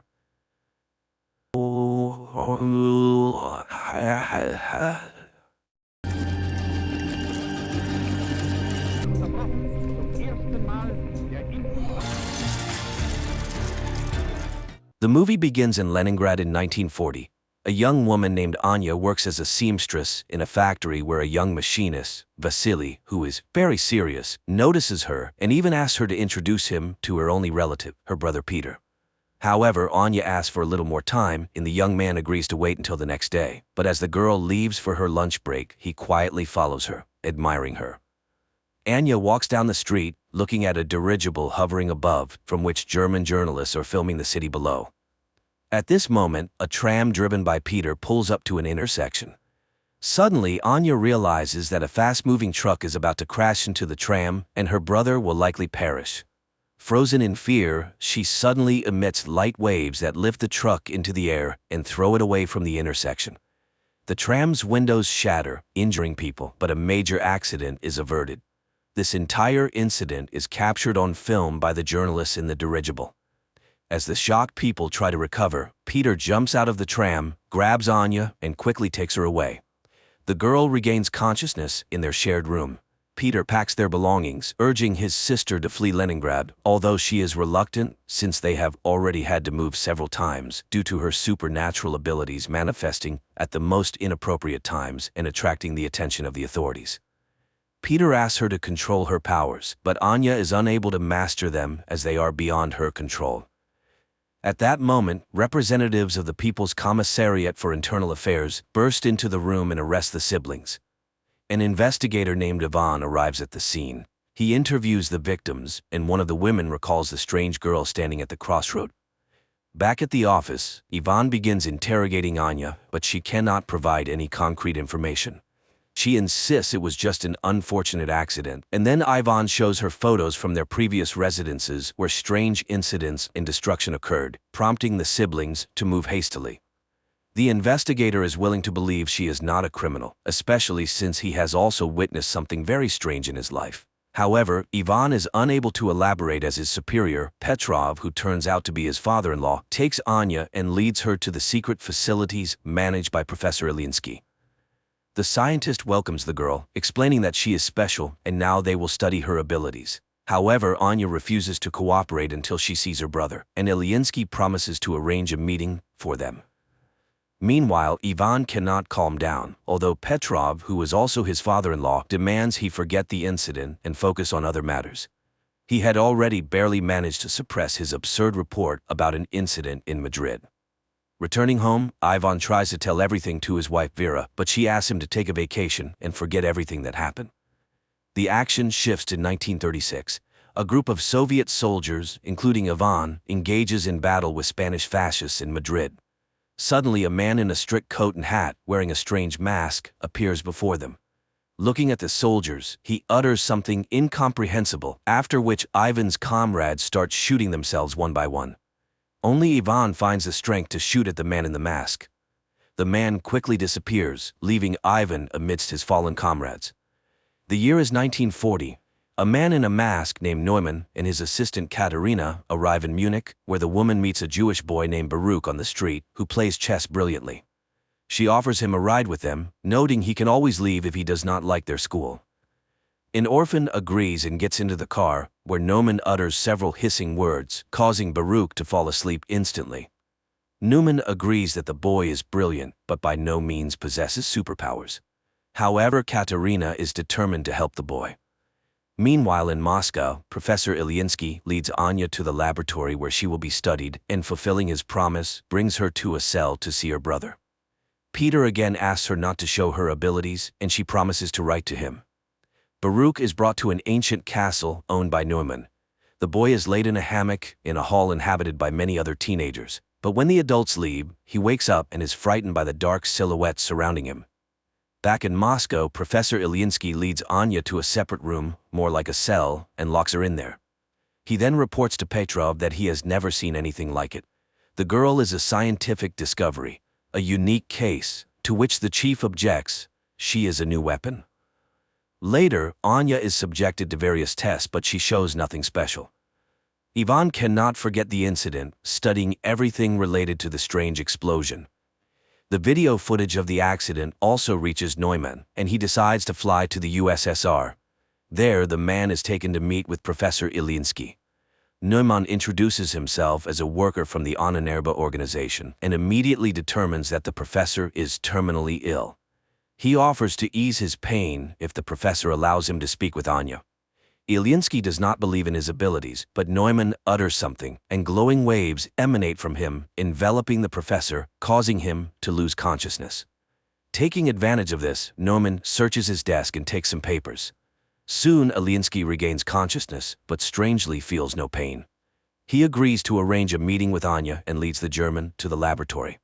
Neumann approaches the girl and secretly shows her an execution order for her brother. Then waves of unprecedented force begin to emanate from the girl, literally blowing up the entire laboratory. Neumann grabs her and escapes. Ivan sees from the window a man in a hat whom he immediately recognizes and runs to the laboratory where explosions are heard, but Neumann and the girl are nowhere to be found. The narrative shifts to 1924. In a remote Karelian village, a woman lives with two children, Peter and Anya. One day they go with the village boys into the forest. Suddenly, a pack of wolves leaps out at the children. The children freeze in fear, but waves emanate from Anya, scattering the beasts. When the men arrive at the clearing, they find the girl dead. 1940. Petrov enters the devastated laboratory, where people connected by tubes into a single organism and marked with the letter M lie in chairs. At first glance, this structure was not damaged by the explosion, as the injured Ilyinsky lying nearby confirms. The professor reports that Anya caused all this and refuses to continue the experiments. Then, Petrov shoots him. Afterward, he goes to Ilyinsky's colleague, who everyone simply calls Professor Lyubov. Petrov asks her to activate the M squad. Learning about the professor's death, the woman refuses to help Petrov, but he reminds her of her family, and Lyubov reluctantly agrees. On the train, a customs officer searches Neumann's compartment and finds an iron sarcophagus with Anya inside. Unsure of what to do, he goes for help. Meanwhile, Anya envisions her own funeral following the incident with the wolves. Frightened, she comes to, and Neumann informs her that he is saving her. Anya tries to run, but the customs officers, who decided to detain the strange German, stop her. However, he utters something, and the military personnel bring their pistols to their own heads. Neumann and Anya leave. At the same time in Moscow, Petrov reports to his colleagues that a member of the Ahnenerbe, which translates to ancestral heritage, Neumann has stolen a valuable exhibit from the USSR, the girl Anya. A squad has already been formed to pursue the German and will depart in a matter of days. Learning of this, Ivan requests to be included, but Petrov, feeling sorry for his daughter, refuses to do so. Neumann leads Anya to a spot where Katerina's car is waiting, and she drives the pair to the castle. It is apparent that the woman does not like Neumann's new toy, but he immediately says that Anya is just like him. At the castle, they are greeted by children whom Neumann calls his army. Anya is escorted to her room, and Neumann finds a guest in his office, Admiral Canaris, who is very interested in the scientist's research. But today he has come to express his displeasure with Neumann's sabotage in the USSR, as it could start a war. Neumann reassures him and invites him to a formal dinner. Meanwhile, Anya is startled by a sound and sees Baruch in her room, trying to open her window to escape the castle. But Katerina and Neumann appear and stop him. While Katerina takes the boy away, Neumann tries to convince Anya that the castle is a paradise, and no one wants to leave of their own volition. Katerina brings Baruch to a bedroom, reminding him that he must speak only German and not tell anyone his real name if he wants to live. But when she leaves, the other teenagers attack him. In Moscow, Ivan asks his wife to help him get enrolled in the squad, after which he goes to Professor Lyubov. He is interested in whether hypnosis can make a person do what another wants. The professor asks him not to travel to Germany, but he is determined to find the man in the mask. In the castle, Anya finds Baruch hanging. The boy tries to explain that the others hate him and beat him, therefore he wants to run away. But Anya admits that it was the same for her until she became strong, and he can too. Later they find Neumann in the park, who promises Anya he will teach her to control her power. He explains that he inherited the castle from the person who adopted him, and now it serves as a refuge. He has set up Anya's room according to her taste and hopes she will like it here. Grateful, Anya sits down at the sewing machine, unexpectedly remembering how the villagers burned their house, calling her a witch. Then her brother saved her, though their mother died in the fire. Back in Moscow, Petrov enrolls Ivan in the squad and asks the commander to ensure that he does not return. Leningrad, 1937. Returning from Madrid, Ivan writes in his report everything he witnessed, but Petrov does not believe him, noting that if the soldiers shot themselves, they could be declared deserters. Tired of trying to convince the young man, Petrov takes him to Professor Lyubov. 1940. A special forces unit travels to Germany in a grain car. Ivan warns his comrades about Neumann's peculiarities, but it seems they don't quite believe him. At the castle, the children undergo daily training, while Anya enjoys the long-forgotten peace. In the morning, Katerina brings her a box with a new dress sent by Neumann for her to wear at his birthday party. The girl goes out to the hall where the children are preparing decorations for the evening, and then they head to training. Baruch is afraid of heights and falls from a rope ladder, but no one pities him. After that, it's time for shooting practice, but the boy throws his pistol down and runs to the local cemetery where Neumann finds him. Baruch asks to be let go, but the scientist promises to teach him not to be afraid. Meanwhile, Squad M climbs out of the wagon, and Ivan remembers his training in 1936 before being sent to Madrid. Then his comrades met him coldly because he was the boss's son-in-law, but Ivan earned respect through hard work and cleverness. And now he is on a special mission. Suddenly, they are hailed by an old man who turns out to be their liaison and must take them to the castle. At the same time, Petrov is informed that the squad has successfully crossed the border. Guests start arriving at the castle. Neumann welcomes Canaris and escorts him to the hall where music plays, and ladies and gentlemen drink and talk about the beautiful evening. Neumann himself is enchanted by Anya's beauty, and she gives him a hand-embroidered handkerchief she made for him. Later, guests deliver laudatory speeches in honor of the birthday boy, and he invites Anya to dance to the envy of the present ladies. Canaris notices Katerina's displeasure, but the woman remains cold, rejecting his advances. She dislikes Canaris's interest in their wards, and he tells her that people are already coming for Anya from the USSR. Squad M reaches the forest house of their liaison, who supplies them with weapons and draws a path on a map, but then shots ring out. German soldiers have caught up with the saboteurs. A battle ensues and the Russians win. Later, the commander finishes off the wounded enemies and, unexpectedly for Ivan, shoots the liaison, indicating that they have no orders to return. At the castle, Canaris agrees to play chess with Baruch, and the boy wins. The admiral admires his genius, but upon learning that the boy is Jewish, he pulls out a pistol. Anya sees the man aiming at the child, and her powers activate. Guests watch in horror as everything in the hall begins to rise into the air. The Admiral himself is lifted up, but at that moment Neumann grabs the girl by the shoulder. She faints, and Canaris falls to the floor. Everything stops immediately, but people scream and scatter. The furious Admiral orders all children to be destroyed within 3 days and departs. Neumann escorts Anya to her room and admires her because today she managed to stop. The girl does not understand why it is necessary to destroy the Jews, and Neumann reminds her that no one pitied them either, as they were not like everyone else. The man returns to his office where Katerina awaits him, but he does not accept her attentions because he is seriously captivated by Anya and hopes to succeed with her. However, Katerina is saddened by this turn in their relationship and reminds him of Canaris's order, but Neumann intends to make a profitable deal. The action shifts to Numeno's childhood when children laughed at him and drove him away. His parents were forced to put a mask with a digital lock on him so he couldn't harm anyone, and the boy suffered greatly from this. One day his father complained to the landlord that his son was hindering his ability to fulfill his duties as a tenant, and the man came to see the unusual child. They explained to him that Neumann scared all the guests and caused his father to lose a finger. The year is 1940. The morning after the dinner, Anya goes out to the hall, but the servants who witnessed yesterday's incident look at her warily. Then the girl goes to the park where she is met by an armed Katerina, but seeing the guards, she returns to the house. Later, Neumann conducts a meditation for the teenagers, asking Thor to give them strength. Anya sees this and asks for permission to start training. Neumann orders Katerina to stay at the castle and wait for guests, and he takes Anya away. Meanwhile, the squad continues to move through the forest. Soon they find a rubber boat at the prearranged place. Neumann puts Anya on his personal plane and takes her to his parents' house. Landing, they walk across a bridge and suddenly Neumann asks the girl to remember her brother. Her powers activate. Water rises up, carrying fish and creating a reverse waterfall. But then the man calls her, Anya comes to her senses, and everything returns to normal. However, now she can use her powers when she needs to. Soon they enter an old house and Neumann recalls how he was taken from his father's home.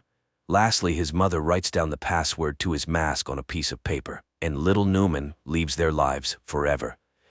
In the present, he tells that his father was a harsh and cruel man, often beating him and his mother, so he promised himself that his child would never be unhappy. The man remembers how his patron removed his mask and wanted to throw it away, but Neumann did not allow it. The man informed him that he would now take care of him, but he must trust him. Soon they arrived at the castle, where the patron confessed that every person has the right to be happy, and the boy lived for the first time like a normal child.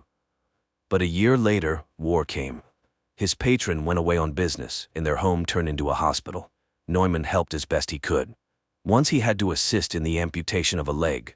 The soldier was in great pain, and then Neumann activated his powers and relieved the poor man of his suffering during the operation. Later he confessed to one of the nurses that he loved her. The adult woman laughed at the boy but said she loved him too. But one day he caught his nurse with one of the recovering soldiers, and in a fit of rage he made the soldier kill himself with a hammer. They caught him, gagged him, tied him up, and took him away from the castle. In 1940 he tells Anya that his parents died, so he is so happy to have found her. The girl lights candles in the fireplace, using her new powers which delights Neumann. They drink wine and then become close. At night, Anya dreams where Baruch dies and wakes up terrified. She asks Neumann to return to the castle. Meanwhile, the squad reaches the river. One of the soldiers is wounded and runs out of strength. Then he takes his own life so as not to be a burden to his comrades. Only 3 remain, but they still row towards the castle. And there Katerina, who can't sleep, reminisces about the past when she helped her mother, who worked in a psychiatric hospital, where one day they brought in a tied-up boy named Neumann. She then freed him, and he promised never to harm her. The year is 1936, Leningrad. Petrov attends a lecture by Professor Ilinsky, where he discusses a significant discovery in the field of controlling human memory and emotions. Ilinsky's colleague, Professor Lubov, is inspired by the future changes, as people with good mental health will be able to work better and create a brilliant future for themselves and their children. The Project M envisions a new society where happy people with immense productivity and willpower will live. Petrov asks about the use of these discoveries in the military sphere, arguing that if a new society is to be built, it must be able to defend itself. However, Lyubov categorically opposes totalitarianism. After the lecture, Petrov offers Ilyinsky full support for their program if he agrees to operate under military auspices. But Ilyinsky sends him to Lyubov as the ideational inspiration behind the project. However, the woman flatly refuses to cooperate with the military. That same day, she is hit by a car in the street. Later, Petrov returns to Ilyinsky, informing him of the unfortunate accident with his colleague, and Ilyinsky reluctantly agrees to cooperate. Again, 1940-year Germany. The three remaining members of the squad reach the castle's territory. Surprised by the lack of security, they enter the premises. Petrov receives a summary of incidents in a specific area of Germany and realizes that everything is going according to plan. His boss is horrified. His people have left a very noticeable trail, which could easily lead to the USSR being accused of provocation. But Petrov assures him that everything was planned this way and there will be no international conflict. At that moment, his daughter calls and he rushes home. The squad members reach the castle and, splitting up, begin to explore the premises. Meanwhile, Petrov finds Vera in a hysterical state. She is going mad with worry for her husband, and the father decides to take action. At the same time in the castle, Katerina reads a book to the children, and seeing her nervousness, they calm the woman. She orders lights out and leaves, just as Ivan enters the hall from the other side. Seeing the children in front of him, the man lowers his weapon and leaves. The children remain motionless. The soldiers continue to explore the castle, and now the squad leader enters the hall with the children. But he does not lower his weapon and prepares to shoot. Then the children attack first. The commander fires in all directions, but the teenagers throw their clothes at him and knock him down. The eldest orders the pistol handed to Baruch to kill the enemy, but the boy cannot shoot the man, and the man manages to wound him with a knife before being killed. The children carry the bleeding Baruch to the bedroom, leaving the soldier's body on the hall floor. The third squad member, a female warrior, finds Katerina's office and engages her in a shootout. Katerina flees, but the woman catches up to her, and they fight. The woman is defeated when Katerina pushes her away. Seeing her opponent unconscious, the German grabs a pistol but doesn't manage to shoot because Ivan appears. Threatening him with a pistol, the woman captures him. In Moscow, Petrov brings his daughter to Professor Lyubov and asks her to erase the girl's memory. Lyubov is outraged by this request, as the love for a husband is the most precious thing in Vera's life. However, under military pressure, she agrees and performs the necessary manipulations, while Petrov's subordinates methodically clear their apartment of photographs and items belonging to Ivan. But one photograph falls under a chest of drawers, and the soldier does not notice it. After the procedure, the girl regains consciousness but does not remember her husband at all. At this time, the teenagers attack Ivan, not noticing Katerina, and wound him in the arm. The woman drives off the aggressive children and escorts the wounded man to Neumann's office, where she admits to Ivan that she recognized him because she had seen him in Madrid. He asked why her master kidnapped Anya. Could it be that he wants to use her in the war? Katerina assures him that he still doesn't understand. People are petty and greedy creatures fighting for power. Neumann is unique. He is ready to seize all power on Earth to save the world from war. Meanwhile, Neumann and Anya arrive at the castle and find a wounded woman on the threshold. The scientist finishes her off with a pistol while Anya runs to the bedroom to the teenagers and finds Baruch dead.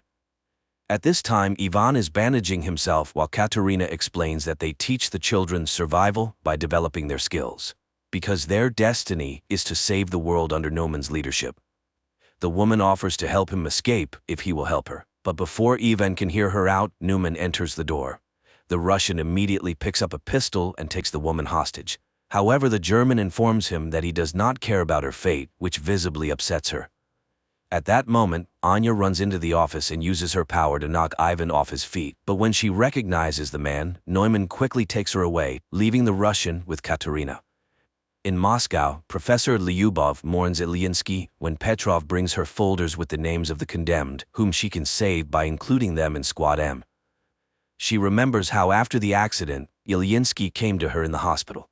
The man was shocked to learn that she had been mutilated by the military, but he was frightened and could not refuse to cooperate. Now the woman is alone and forced to make difficult decisions. She takes out a vial of M activator and recalls Ivan's story about the man in the mask. After his return from Madrid, she worked with his memory, suggesting removing the traumatic memories of his comrades' deaths. But Ivan refused to erase his life. And now the young man is chained in a cell in the castle of the man in the mask. Later, Anya visits him, accusing him of killing Baruch, but the boy denies it, and he is not particularly interested in her fate. He only wants to destroy Neumann because all evil comes from him. He hypnotizes children, turning them into killers. Their conversation is interrupted by Naumann's appearance. After sending Anya away, he thanks the young man for revealing his vulnerability, as he is the only one who could stand up to him. To prove it, the scientist shows the finger shot off by Ivan in Madrid. He too is special, and Neumann really wants the Russian to join his side. Yes, he killed his friends, but it was war. He came to Ananurba to find gifted people. Anya is like him, and they are the future. He asks Ivan to admit why he is immune to his hypnosis. Then Ivan reveals that there is a whole squad like him, Squad M. There are many of them, and they will all be here soon. So Neumann cannot hide. After talking with Ivan, Neumann finds Anya in the castle's backyard. The girl asks him to hand over all affairs to Katerina and to leave this place forever. But Neumann does not want to run because they are extraordinary people, and when they are together they are unbeatable. He asks for her help in defending their new home. Later he thanks Katerina for managing the situation and confesses that he is glad she was not hurt during the Russian raid. Meanwhile, Anya remembers how in Moscow she wrote letters to her brother while locked up in the laboratory. She used to give them to the professor, but she could not have imagined that he read her letters to Peter, who was undergoing mental processing as a participant in Squad M. At this time she burns them in the backyard of the castle, hoping that life will give her a chance to start over. Later, the castle's inhabitants conduct a funeral rite for Baruch. The teenagers carry the boy's body to the seashore, where the cemetery is located, and burn it on a ritual pyre. Anya is shocked by the number of children's graves and realizes that Ivan was telling the truth. Katerina urges her to leave and save herself. Anya runs to Ivan's cell and asks him to tell her what he saw in Madrid that was so special. The boy talks about the death of his comrades and Neumann's chilling whisper, but the German doesn't know that he just had a misfire. He is not special and survived only because of the pistol's malfunction, but if Neumann finds out, he will kill him immediately. And only Anya can stand up to him. Out of the darkness comes Katerina, who has heard everything. She will let them go if they leave forever. Neumann is planning to sell the children to Canaris, and Anya can do nothing about it. They are weapons, and it is high time the Russian understood this. But Anya runs away while Katerina frees Ivan from his chains and advises him to make sure the German never finds them. Meanwhile in Moscow, Petrov enjoys his daughter's good mood, hoping she will meet another man, marry, and give him grandchildren. The girl is lively and cheerful, unaware that the photo under the dresser awaits its moment. At this time, Neumann orders the Russian man to be killed, and he goes to look for Anya. Meanwhile, Katerina leads Ivan to her car, where Neuman's guard catches up with them. He engages in a fight with the Russian, and when he is about to kill him, Katerina attacks the guard. The guard is much stronger, and Katerina has to shoot. The teenagers hear the sound and run into the courtyard while Katerina puts Ivan in the car and drives him away from the estate. Neumann finds Anya at the cemetery. The girl asks him to let the children go, but he refuses. They are insignificant to him because he hopes to build a new world using their combined powers. Moreover, they will definitely have a son who will be the strongest and greatest on the planet. Hearing this, Anya wants to leave. Then Neumann sees Katerina's car and realizes what she is about to do. He puts on his quantum mask, which greatly amplifies the power of his voice, and begins to speak while Ivan stands on the car step and aims an assault rifle at him. The mask works. Katerina's car loses control and crashes from a high cliff into the water, but Ivan manages to jump from the step and survives. Then, members of the second Squad M, who were heading to the castle, covering for the distracting maneuvers of the first squad, open fire on Neumann. But the soldiers are programmed for total destruction, and one of them engages in a fight with Ivan, not realizing he is an ally. The young man has to kill the soldier. Neumann asks Anya to activate her power, and the girl begins to do so when she recognizes one of the soldiers as her brother. Neumann is knocked down by her force, rocks crash from the sky, and the girl runs to Peter, realizing that this time he is indeed dead. Anya's powers activate again when Newman falls from Ivan's shot. The girl mourns her brother as teenagers appear on the road. Ivan grabs Anya and drags her away while the children pick up Newman's body and carry it into the castle. The Russians run to the airplane and manage to take off at the last moment.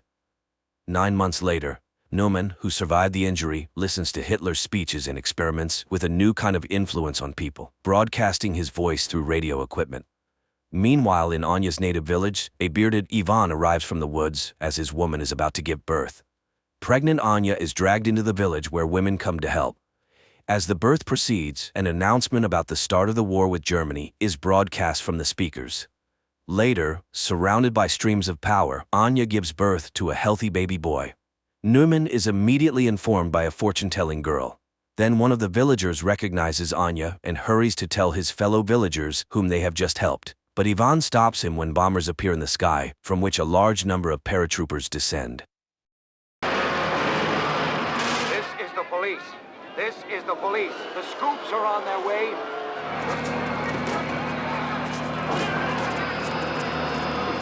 New York, 2022. The mindless activities of humanity have led to environmental pollution and global warming, complicating life for mankind.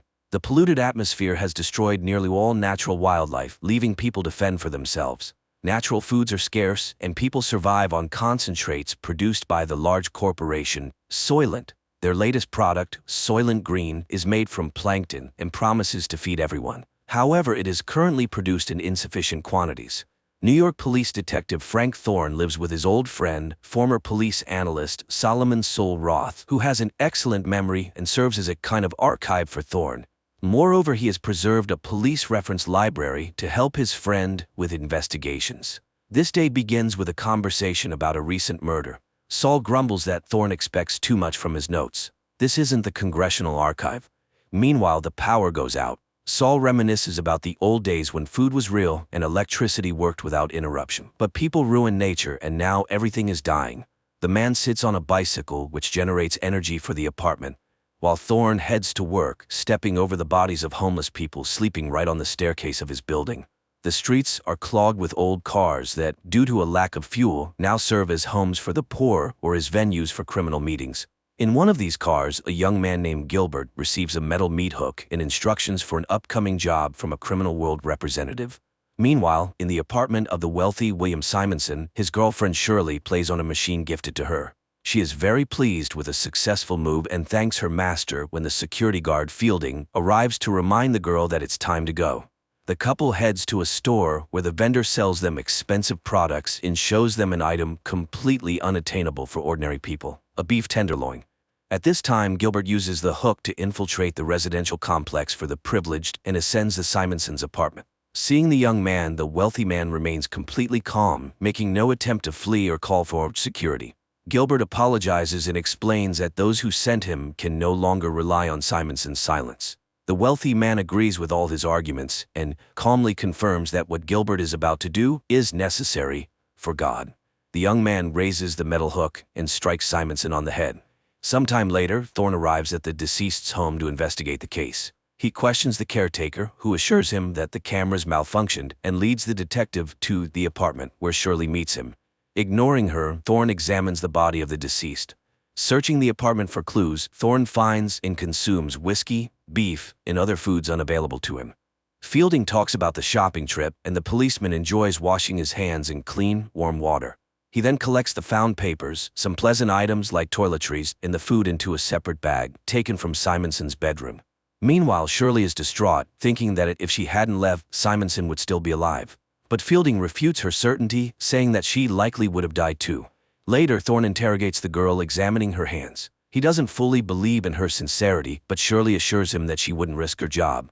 The fact is, she belongs to this apartment, like furniture. Now she will wait for the new tenant if he wants to keep her. At this time, Thorne is informed about the arrival of the sanitation crew. He orders them to take Simonson to the dump, but the crew reports that the wealthy man will be sent to the incineration plant. Shirley is saddened by this outcome, as she still remembers her grandmother's proper funeral. Thorne takes the bag of items and leaves. He returns to the apartment, stepping over the bodies of the homeless, and hands Saul gifts he hasn't seen in a long time: clean paper, soap, and pencils. He also lays out a classified Soylent report related to oceanography found in the deceased's apartment. Saul is overjoyed to see vegetables and cries at the sight of meat. The next day, Thorne goes to work. His boss, Lieutenant Hatcher, is unhappy that the case is still unsolved, but the policeman is convinced that the murder was a contract killing. Nothing was stolen from the apartment, there was no security, and the killer used a meat hook instead of a weapon to simulate a simple robbery. Therefore, the first thing the detective decides to do is check the bodyguard, and after tracking the man, he finds his girlfriend, Marta's apartment. Thorne searches the place, notices a spoon on the table stained with strawberry jam, and concludes that this is too luxurious an item for the bodyguard's girlfriend. Returning home, he sits down for dinner, prepared by Saul from the products he brought the day before.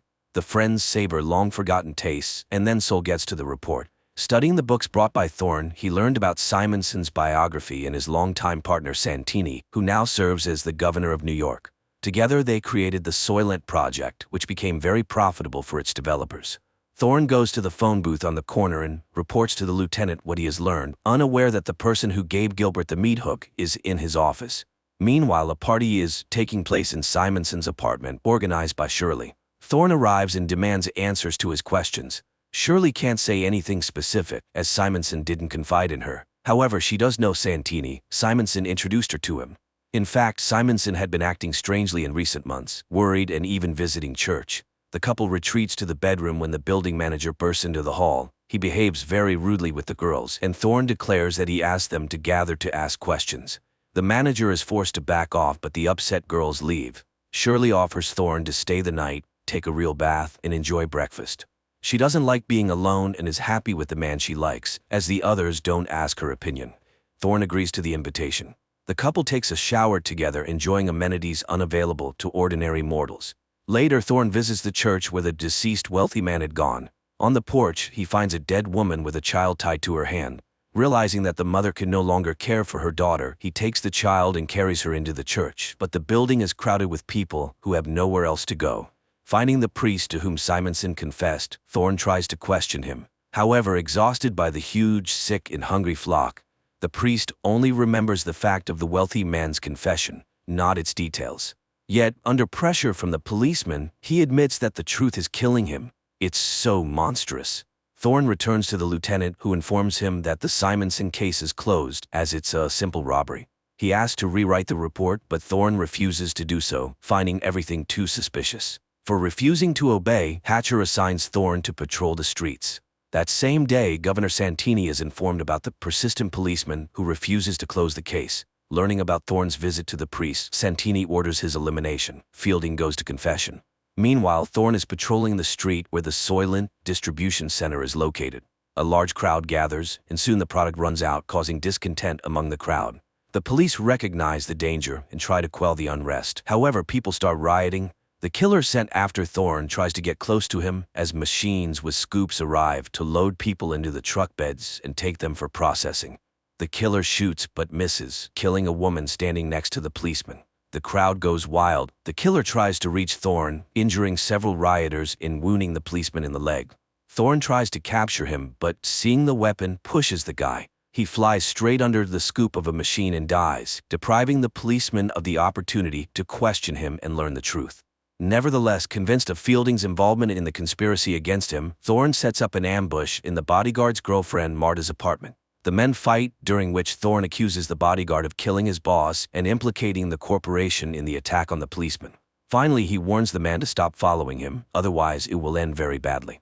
After this, Thorne goes to Shirley. At this time, Solomon brings the oceanographic report to a group of scientists who call themselves the Investigators Bureau. Shirley has just finished bandaging Thorne and offers to go somewhere, but he doesn't know where they could run. Everywhere it's the same: hunger and a dying earth. The girl is upset as the new tenant is arriving today, but the policeman is sure she will please him. Meanwhile, the scientists announce the results of their research to Saul, and it is truly horrifying. Simonson, being a member of the Soylent board, learned everything, and his psyche couldn't handle it. The corporation realized they couldn't rely on him. To prevent him from talking, they eliminated him.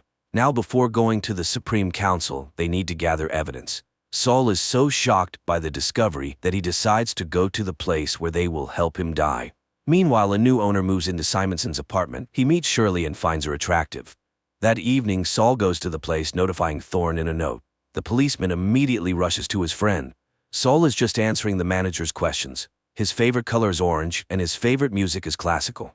The man is escorted to a private room where two young people help the old man undress. He is laid on a couch, classical music begins to play, and scenes of nature that no longer exist. Vanished forests, extinct wild animals, lost rivers, and the beauty of the ocean appear on a huge screen. At this time, Thorn arrives at the house of the Lord, and they guide him to Saul's room, but the doors are already closed, and entering is impossible.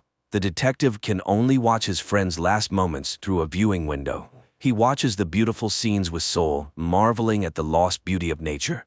But Saul notices him and is happy to be able to say goodbye to his friend.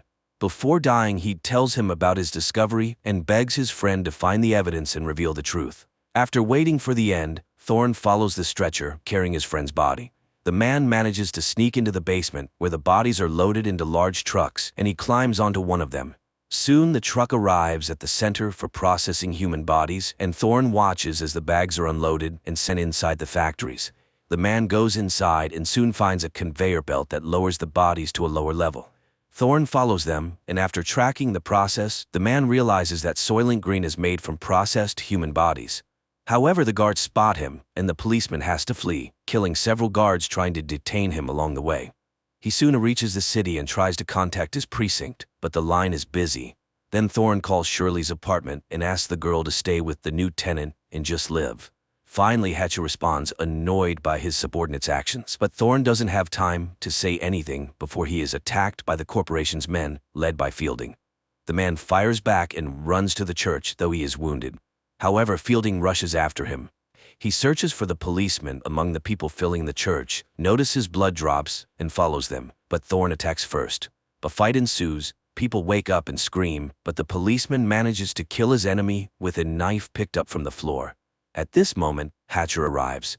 Thorn tells him what he has learned and urges him to tell the Bureau members that the ocean is dying, and the plankton from which everyone thinks Soylent Green is made no longer exists. Soylent Green is made from people. So the corporation is intentionally breeding people like livestock. The lieutenant promises to take the necessary measures. Thorn is taken away by paramedics, but the man continues to shout that Soylent is made from people and asks the lieutenant to stop it. The final scenes replay the images shown to the dying Solomon Roth. The adaptation of Harry Harrison's novel turned out to be terrifyingly beautiful and compelling. The most frightening thing is that there is no resolution, nor can there be. Even if people learn the truth, what will change? And the focus of the plot on ordinary people conveys the fragility and insignificance of human lives, which remains unchanged throughout all times.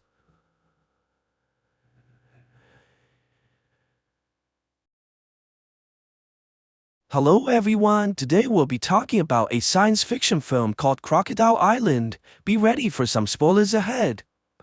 In the year of 1945, a couple of soldiers are flying home after winning the Second World War, but they quickly realize that something is wrong as they head inside the Bermuda Triangle. Very soon, all their equipments begin to malfunction as they see numerous giant creatures flying their way and crashing into their airplanes. The men are forced to jump out immediately and use their parachutes to break the fall just in time. When one of the soldiers finally makes it onto the island, he quickly realizes that they're not alone as he watches his friend. A massive crocodile jumps out from the water and devours the other pilot in a single bite, before leaving the soldiers stranded on the island that's filled by monsters. Many years later, a commercial airplane is also passing by the Bermuda Triangle, but the passengers are completely oblivious about the dangers that they're in. The main character, Hao, is a single father who's traveling along with his teenage daughter, Lin, and is obviously unhappy about her new boyfriend whose name is Chan. The father demands to know how long they have been together, but is only responded by resentment from his daughter,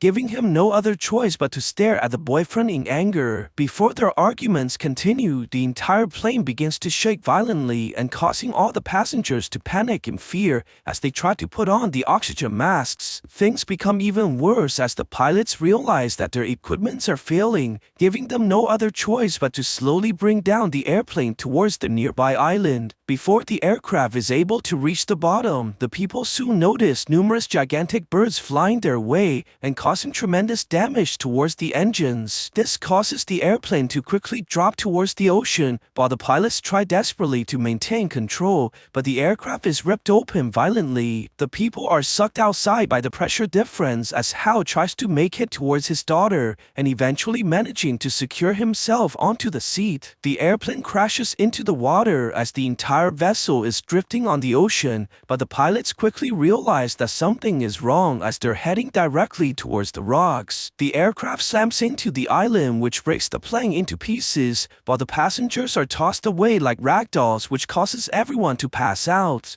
When Hal eventually regains consciousness, he's able to rescue his daughter and bring her onto land, where they realize that only a handful of people were able to survive. The passengers quickly find out that they're stranded on the island, giving them no other choice but to gather all the resources that they can. However, the people quickly realize that there's barely any drinkable water left, and all their phones appear to have no signals in the area. Realizing that they're not going to last very long on the beach, Hal has decided to venture into the forest, where he may find more resources for the people to survive. The main character goes into the jungle alongside his daughter's boyfriend Chan, and very soon they manage to locate a small building that's surrounded by trees. The people are able to find weapons inside the shed, and most importantly, they discovered a notebook that appears to be written by a soldier from the Second World War. Luckily, one of their traveling companion is a professor who knows English, but the man quickly finds out from the journal that the island is filled by giant monsters. This causes them to head back towards the beach immediately as they try to warn their friends about the danger that they're in. On the other side, a survivor called Fan begins fighting a woman for the only bottle of drinkable water in the area. Luckily, the man's despicable actions are quickly stopped by another person called Lee, who punches the aggressor right in the face. Their fight continues onto the water as a flight attendant tries to stop the violence while no one else offers to help. Lee's pregnant wife Gia sees this and tries to stop her husband, eventually managing to pull the man away from the conflict. Before their squabble continues, the people quickly realize that something is coming their way as the flight attendant is attacked by a crocodile inside the ocean. Everyone sees this and begins running away immediately, while numerous reptiles climb onto the beach and starts devouring the humans who are too slow to escape. When Hal eventually manages to return from the forest, the people are shocked to see that everyone has left the area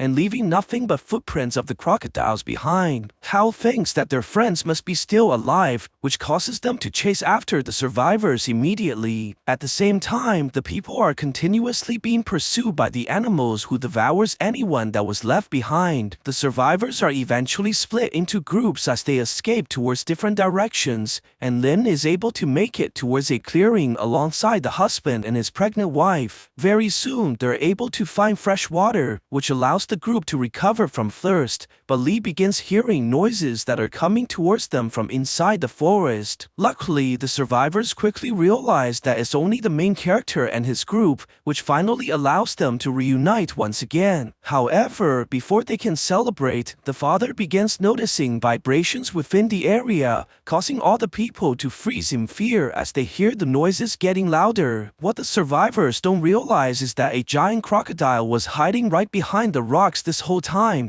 and the creature begins to show itself as it towers over all the humans. The monster approaches the nearby victim while staring at the person in anger and causing the man's bladder to malfunction in front of everyone. The people watch helplessly as the human is swallowed by the giant creature and causing the survivors to run immediately as they try desperately to escape. The massive reptile charges furiously towards the people and jumping directly at the main character, but Hal manages to dodge the attack by the skin of his teeth. The monster quickly turns the attention towards a woman who's stuck between the rocks and devouring her into its massive jaws. The people are able to escape from the area just in time as they're able to lose the creature temporarily, and Hal brings the survivors towards the building that he found earlier. The man suggests to everyone that they should camp here for the night, while touting Chan that they need to guard the area from the hostile creatures. The next morning, while everyone is still asleep, Hao decides to gather some fruits for the people so that his daughter will have something to eat when she wakes up. On the other side, Fang was able to survive alongside a woman whose name is Li Qi, but she seems to care more about getting famous than not becoming the monster's buffet. The girl quickly shows that she's nothing but that weight, as she managed to cover herself inside a bunch of sticky liquids. Li Qi demands that Fan help her clean off the fluids immediately, but the man seems to prefer the dirty look more than anything else. What they don't realize is that the liquids are actually from the eggs of giant spiders. At the same time, Lim finally wakes up from her slumber as she tries to go outside to look for her father, but quickly notices that they're surrounded by giant insects inside the fog. They try to wake up the others quietly so they can avoid becoming the monster's prey, and the people have no choice but to slowly walk out from the building while evading the creatures. However, their plan quickly fails when a survivor discovers a bunch of sticky liquids on his head and is immediately killed by the giant insect. The people sees this and realizes that the other monsters are moving towards them as well, which forces them to run away desperately as the creatures chase them closely behind. The commotion eventually alerts Hao, causing the man to rush back immediately after hearing the screams. The survivors continue running away from the giant spiders as they sprint across the forest, but they're quickly stopped by the massive creature who's about to devour its prey. The monster begins stabbing at the humans by using its giant legs, but luckily the professor is able to distract the creature and saving the people in the last moment. This causes the monster to chase after the man immediately as he lures the giant spider away from the others. Before the people can take a break, they quickly realize that more enemies are heading their way, forcing them to run deeper into the forest once again. The survivors try desperately to shake off the incoming enemies and eventually manages to lose the creatures while they hide inside the plants, hoping that the spiders will leave. To their surprise, the people begin hearing footsteps heading their way and soon finds out that it's the main character who notices all the monsters in the area. This causes Hao to yell towards the creatures as he tries to lure the spiders away, making all the monsters chase after him and giving the others a chance to escape. The man quickly runs back to the wood building where he finds the professor hiding there for shelter as well,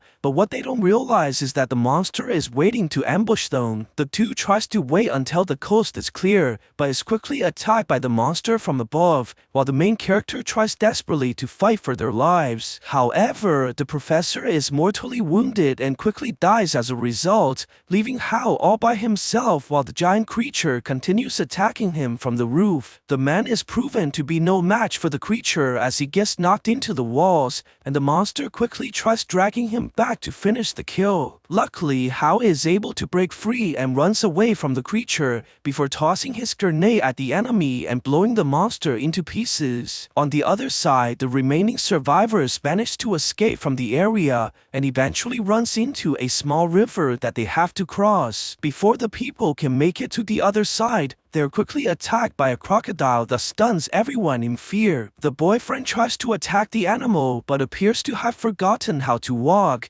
and giving the creature a perfect chance to devour him. Luckily, the man is rescued by Hao in the last moment, while the animal roars furiously at the people. The crocodile charges towards the main character right away, but Hao is able to dodge the attack while the creature drops into the water and eventually leaving as a result. The main character goes towards the others as he reunites with his daughter, and they finally embrace each other while the father promises that everything will be okay from now on. At the same time, the girl with the sticky liquids has finally found a source of fresh water alongside Fang. They quickly begin quenching their thirst, while the girl starts washing herself like she's in one of those Japanese movies not made for children. While trying her best to look delicious for the audiences, the girl suddenly hears a splash from behind her and realizes that they're not alone inside the water. Before the woman can get out, she's quickly confronted by Fang, who wants to have some aggressive cuddling inside the lake. However, he's immediately rejected by the girl, which eventually gives him performance issues as a result. Just when the two are about to get out, the woman feels something inside the water as the crocodile grabs onto her and causing her to drag onto the man as well. This causes causes Fang to kick the girl repeatedly like she's full of diseases, and allowing the woman to be quickly devoured by the massive reptile. On the other side, the survivors continue venturing across the forest, and to their surprise, the people are able to find a crashed airplane that likely belonged to the dead soldiers. They try to look for any working equipments that they can use, eventually finding a machine gun and a radio that's still functional. Lin takes the chance and calls for help immediately, and finally giving the people some hope that they can still survive this journey. Everyone decides to head towards the beach immediately, but they quickly run into another survivor who turns out to be Fang. Although the people obviously don't trust the man, they have no choice but to let him tag along,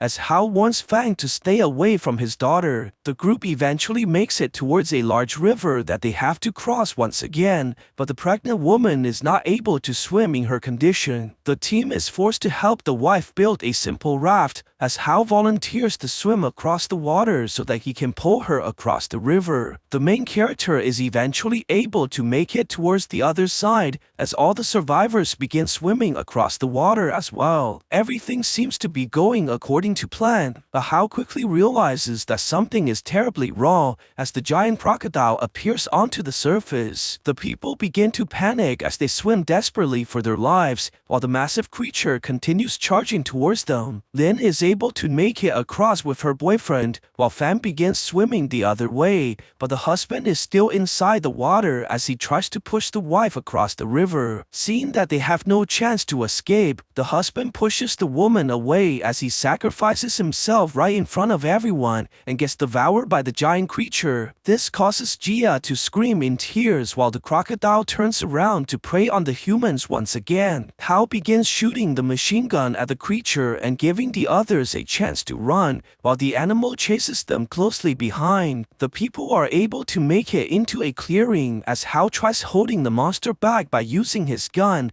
but is forced to jump away in the last moment. The giant reptile continues chasing the others as they split into groups, but Fan eventually falls down as he begins having performance issues once again. Lin sees this and runs back immediately to help the man, but Fan only uses the chance to throw the girl towards the crocodile and leaving her to die. This causes the monster to chase after the girl as it approaches Lin from behind and planning to devour its victim. Luckily, Hao is able to distract the creature just in time by shooting continuously at the beast while getting the animal's attention and allowing his daughter to run away. The barrage of bullets are able to eventually damage the monster by piercing his skin, but accidentally hits Fang as well and paralyzing his legs. The creature sees the injured man and rushes towards him immediately, but also manages to grab onto Lin by using his tail. The monster approaches from behind the human, but Fang suddenly gets a heart attack from all the stress, which causes him to fall onto the ground. This allows the creature to charge in and swallows the human right away, as Hao follows the monster to rescue his daughter. Very soon, the knife falls upon the lens, and the man is eventually able to track the creature into a cave,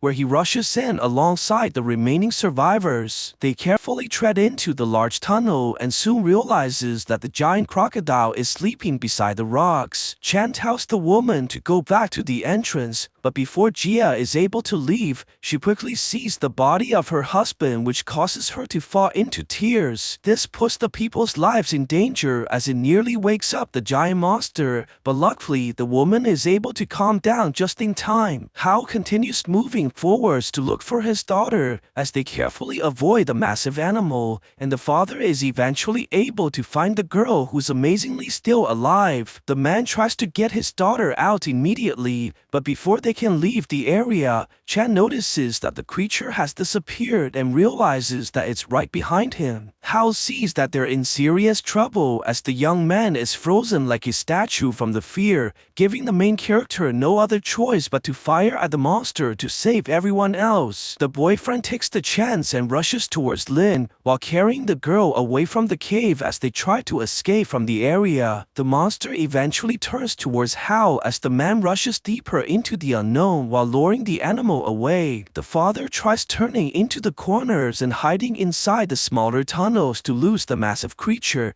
while Chan is able to bring his girlfriend towards the entrance. He hands Len over to Jia and immediately decides to go back to help as he rushes towards the monster while holding his weapons. At the same time, the main character is running out of places to hide as the creature nearly kills the man from behind. This forces Hao to run desperately for his life and eventually jumping into a small entrance while shooting continuously at the giant crocodile. However, the bullets are not very effective as the man quickly runs out of ammo at the worst time, and he realizes that he dropped his grenade right behind the massive creature. Chan eventually makes it back to help as well, and the father tells the young man to find the grenade immediately before the monster can break inside. Chan rushes towards the rocks as he looks for the weapon like a madman, but is quickly able to find the bomb. He runs towards the animal immediately and throws the axe towards the creature, while getting the monster's attention and luring it away. This gives Hao a chance to escape as the young man is chased by the massive beast, but Chan quickly unpins the grenade and throws it towards the monster. This unleashes a huge explosion that shakes the entire cave and causing tremendous damage towards the giant creature,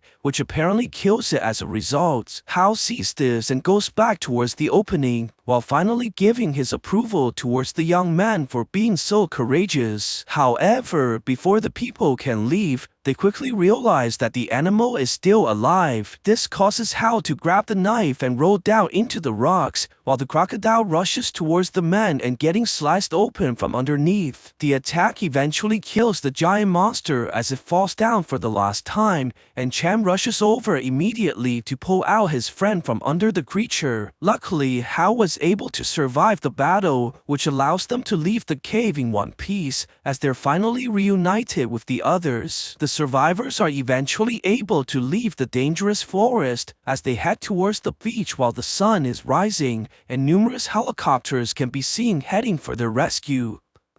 So what do you guys think about this movie? Let me know in the comments below, and if you like my videos, please cross like and subscribe for more. I'll see you guys next time.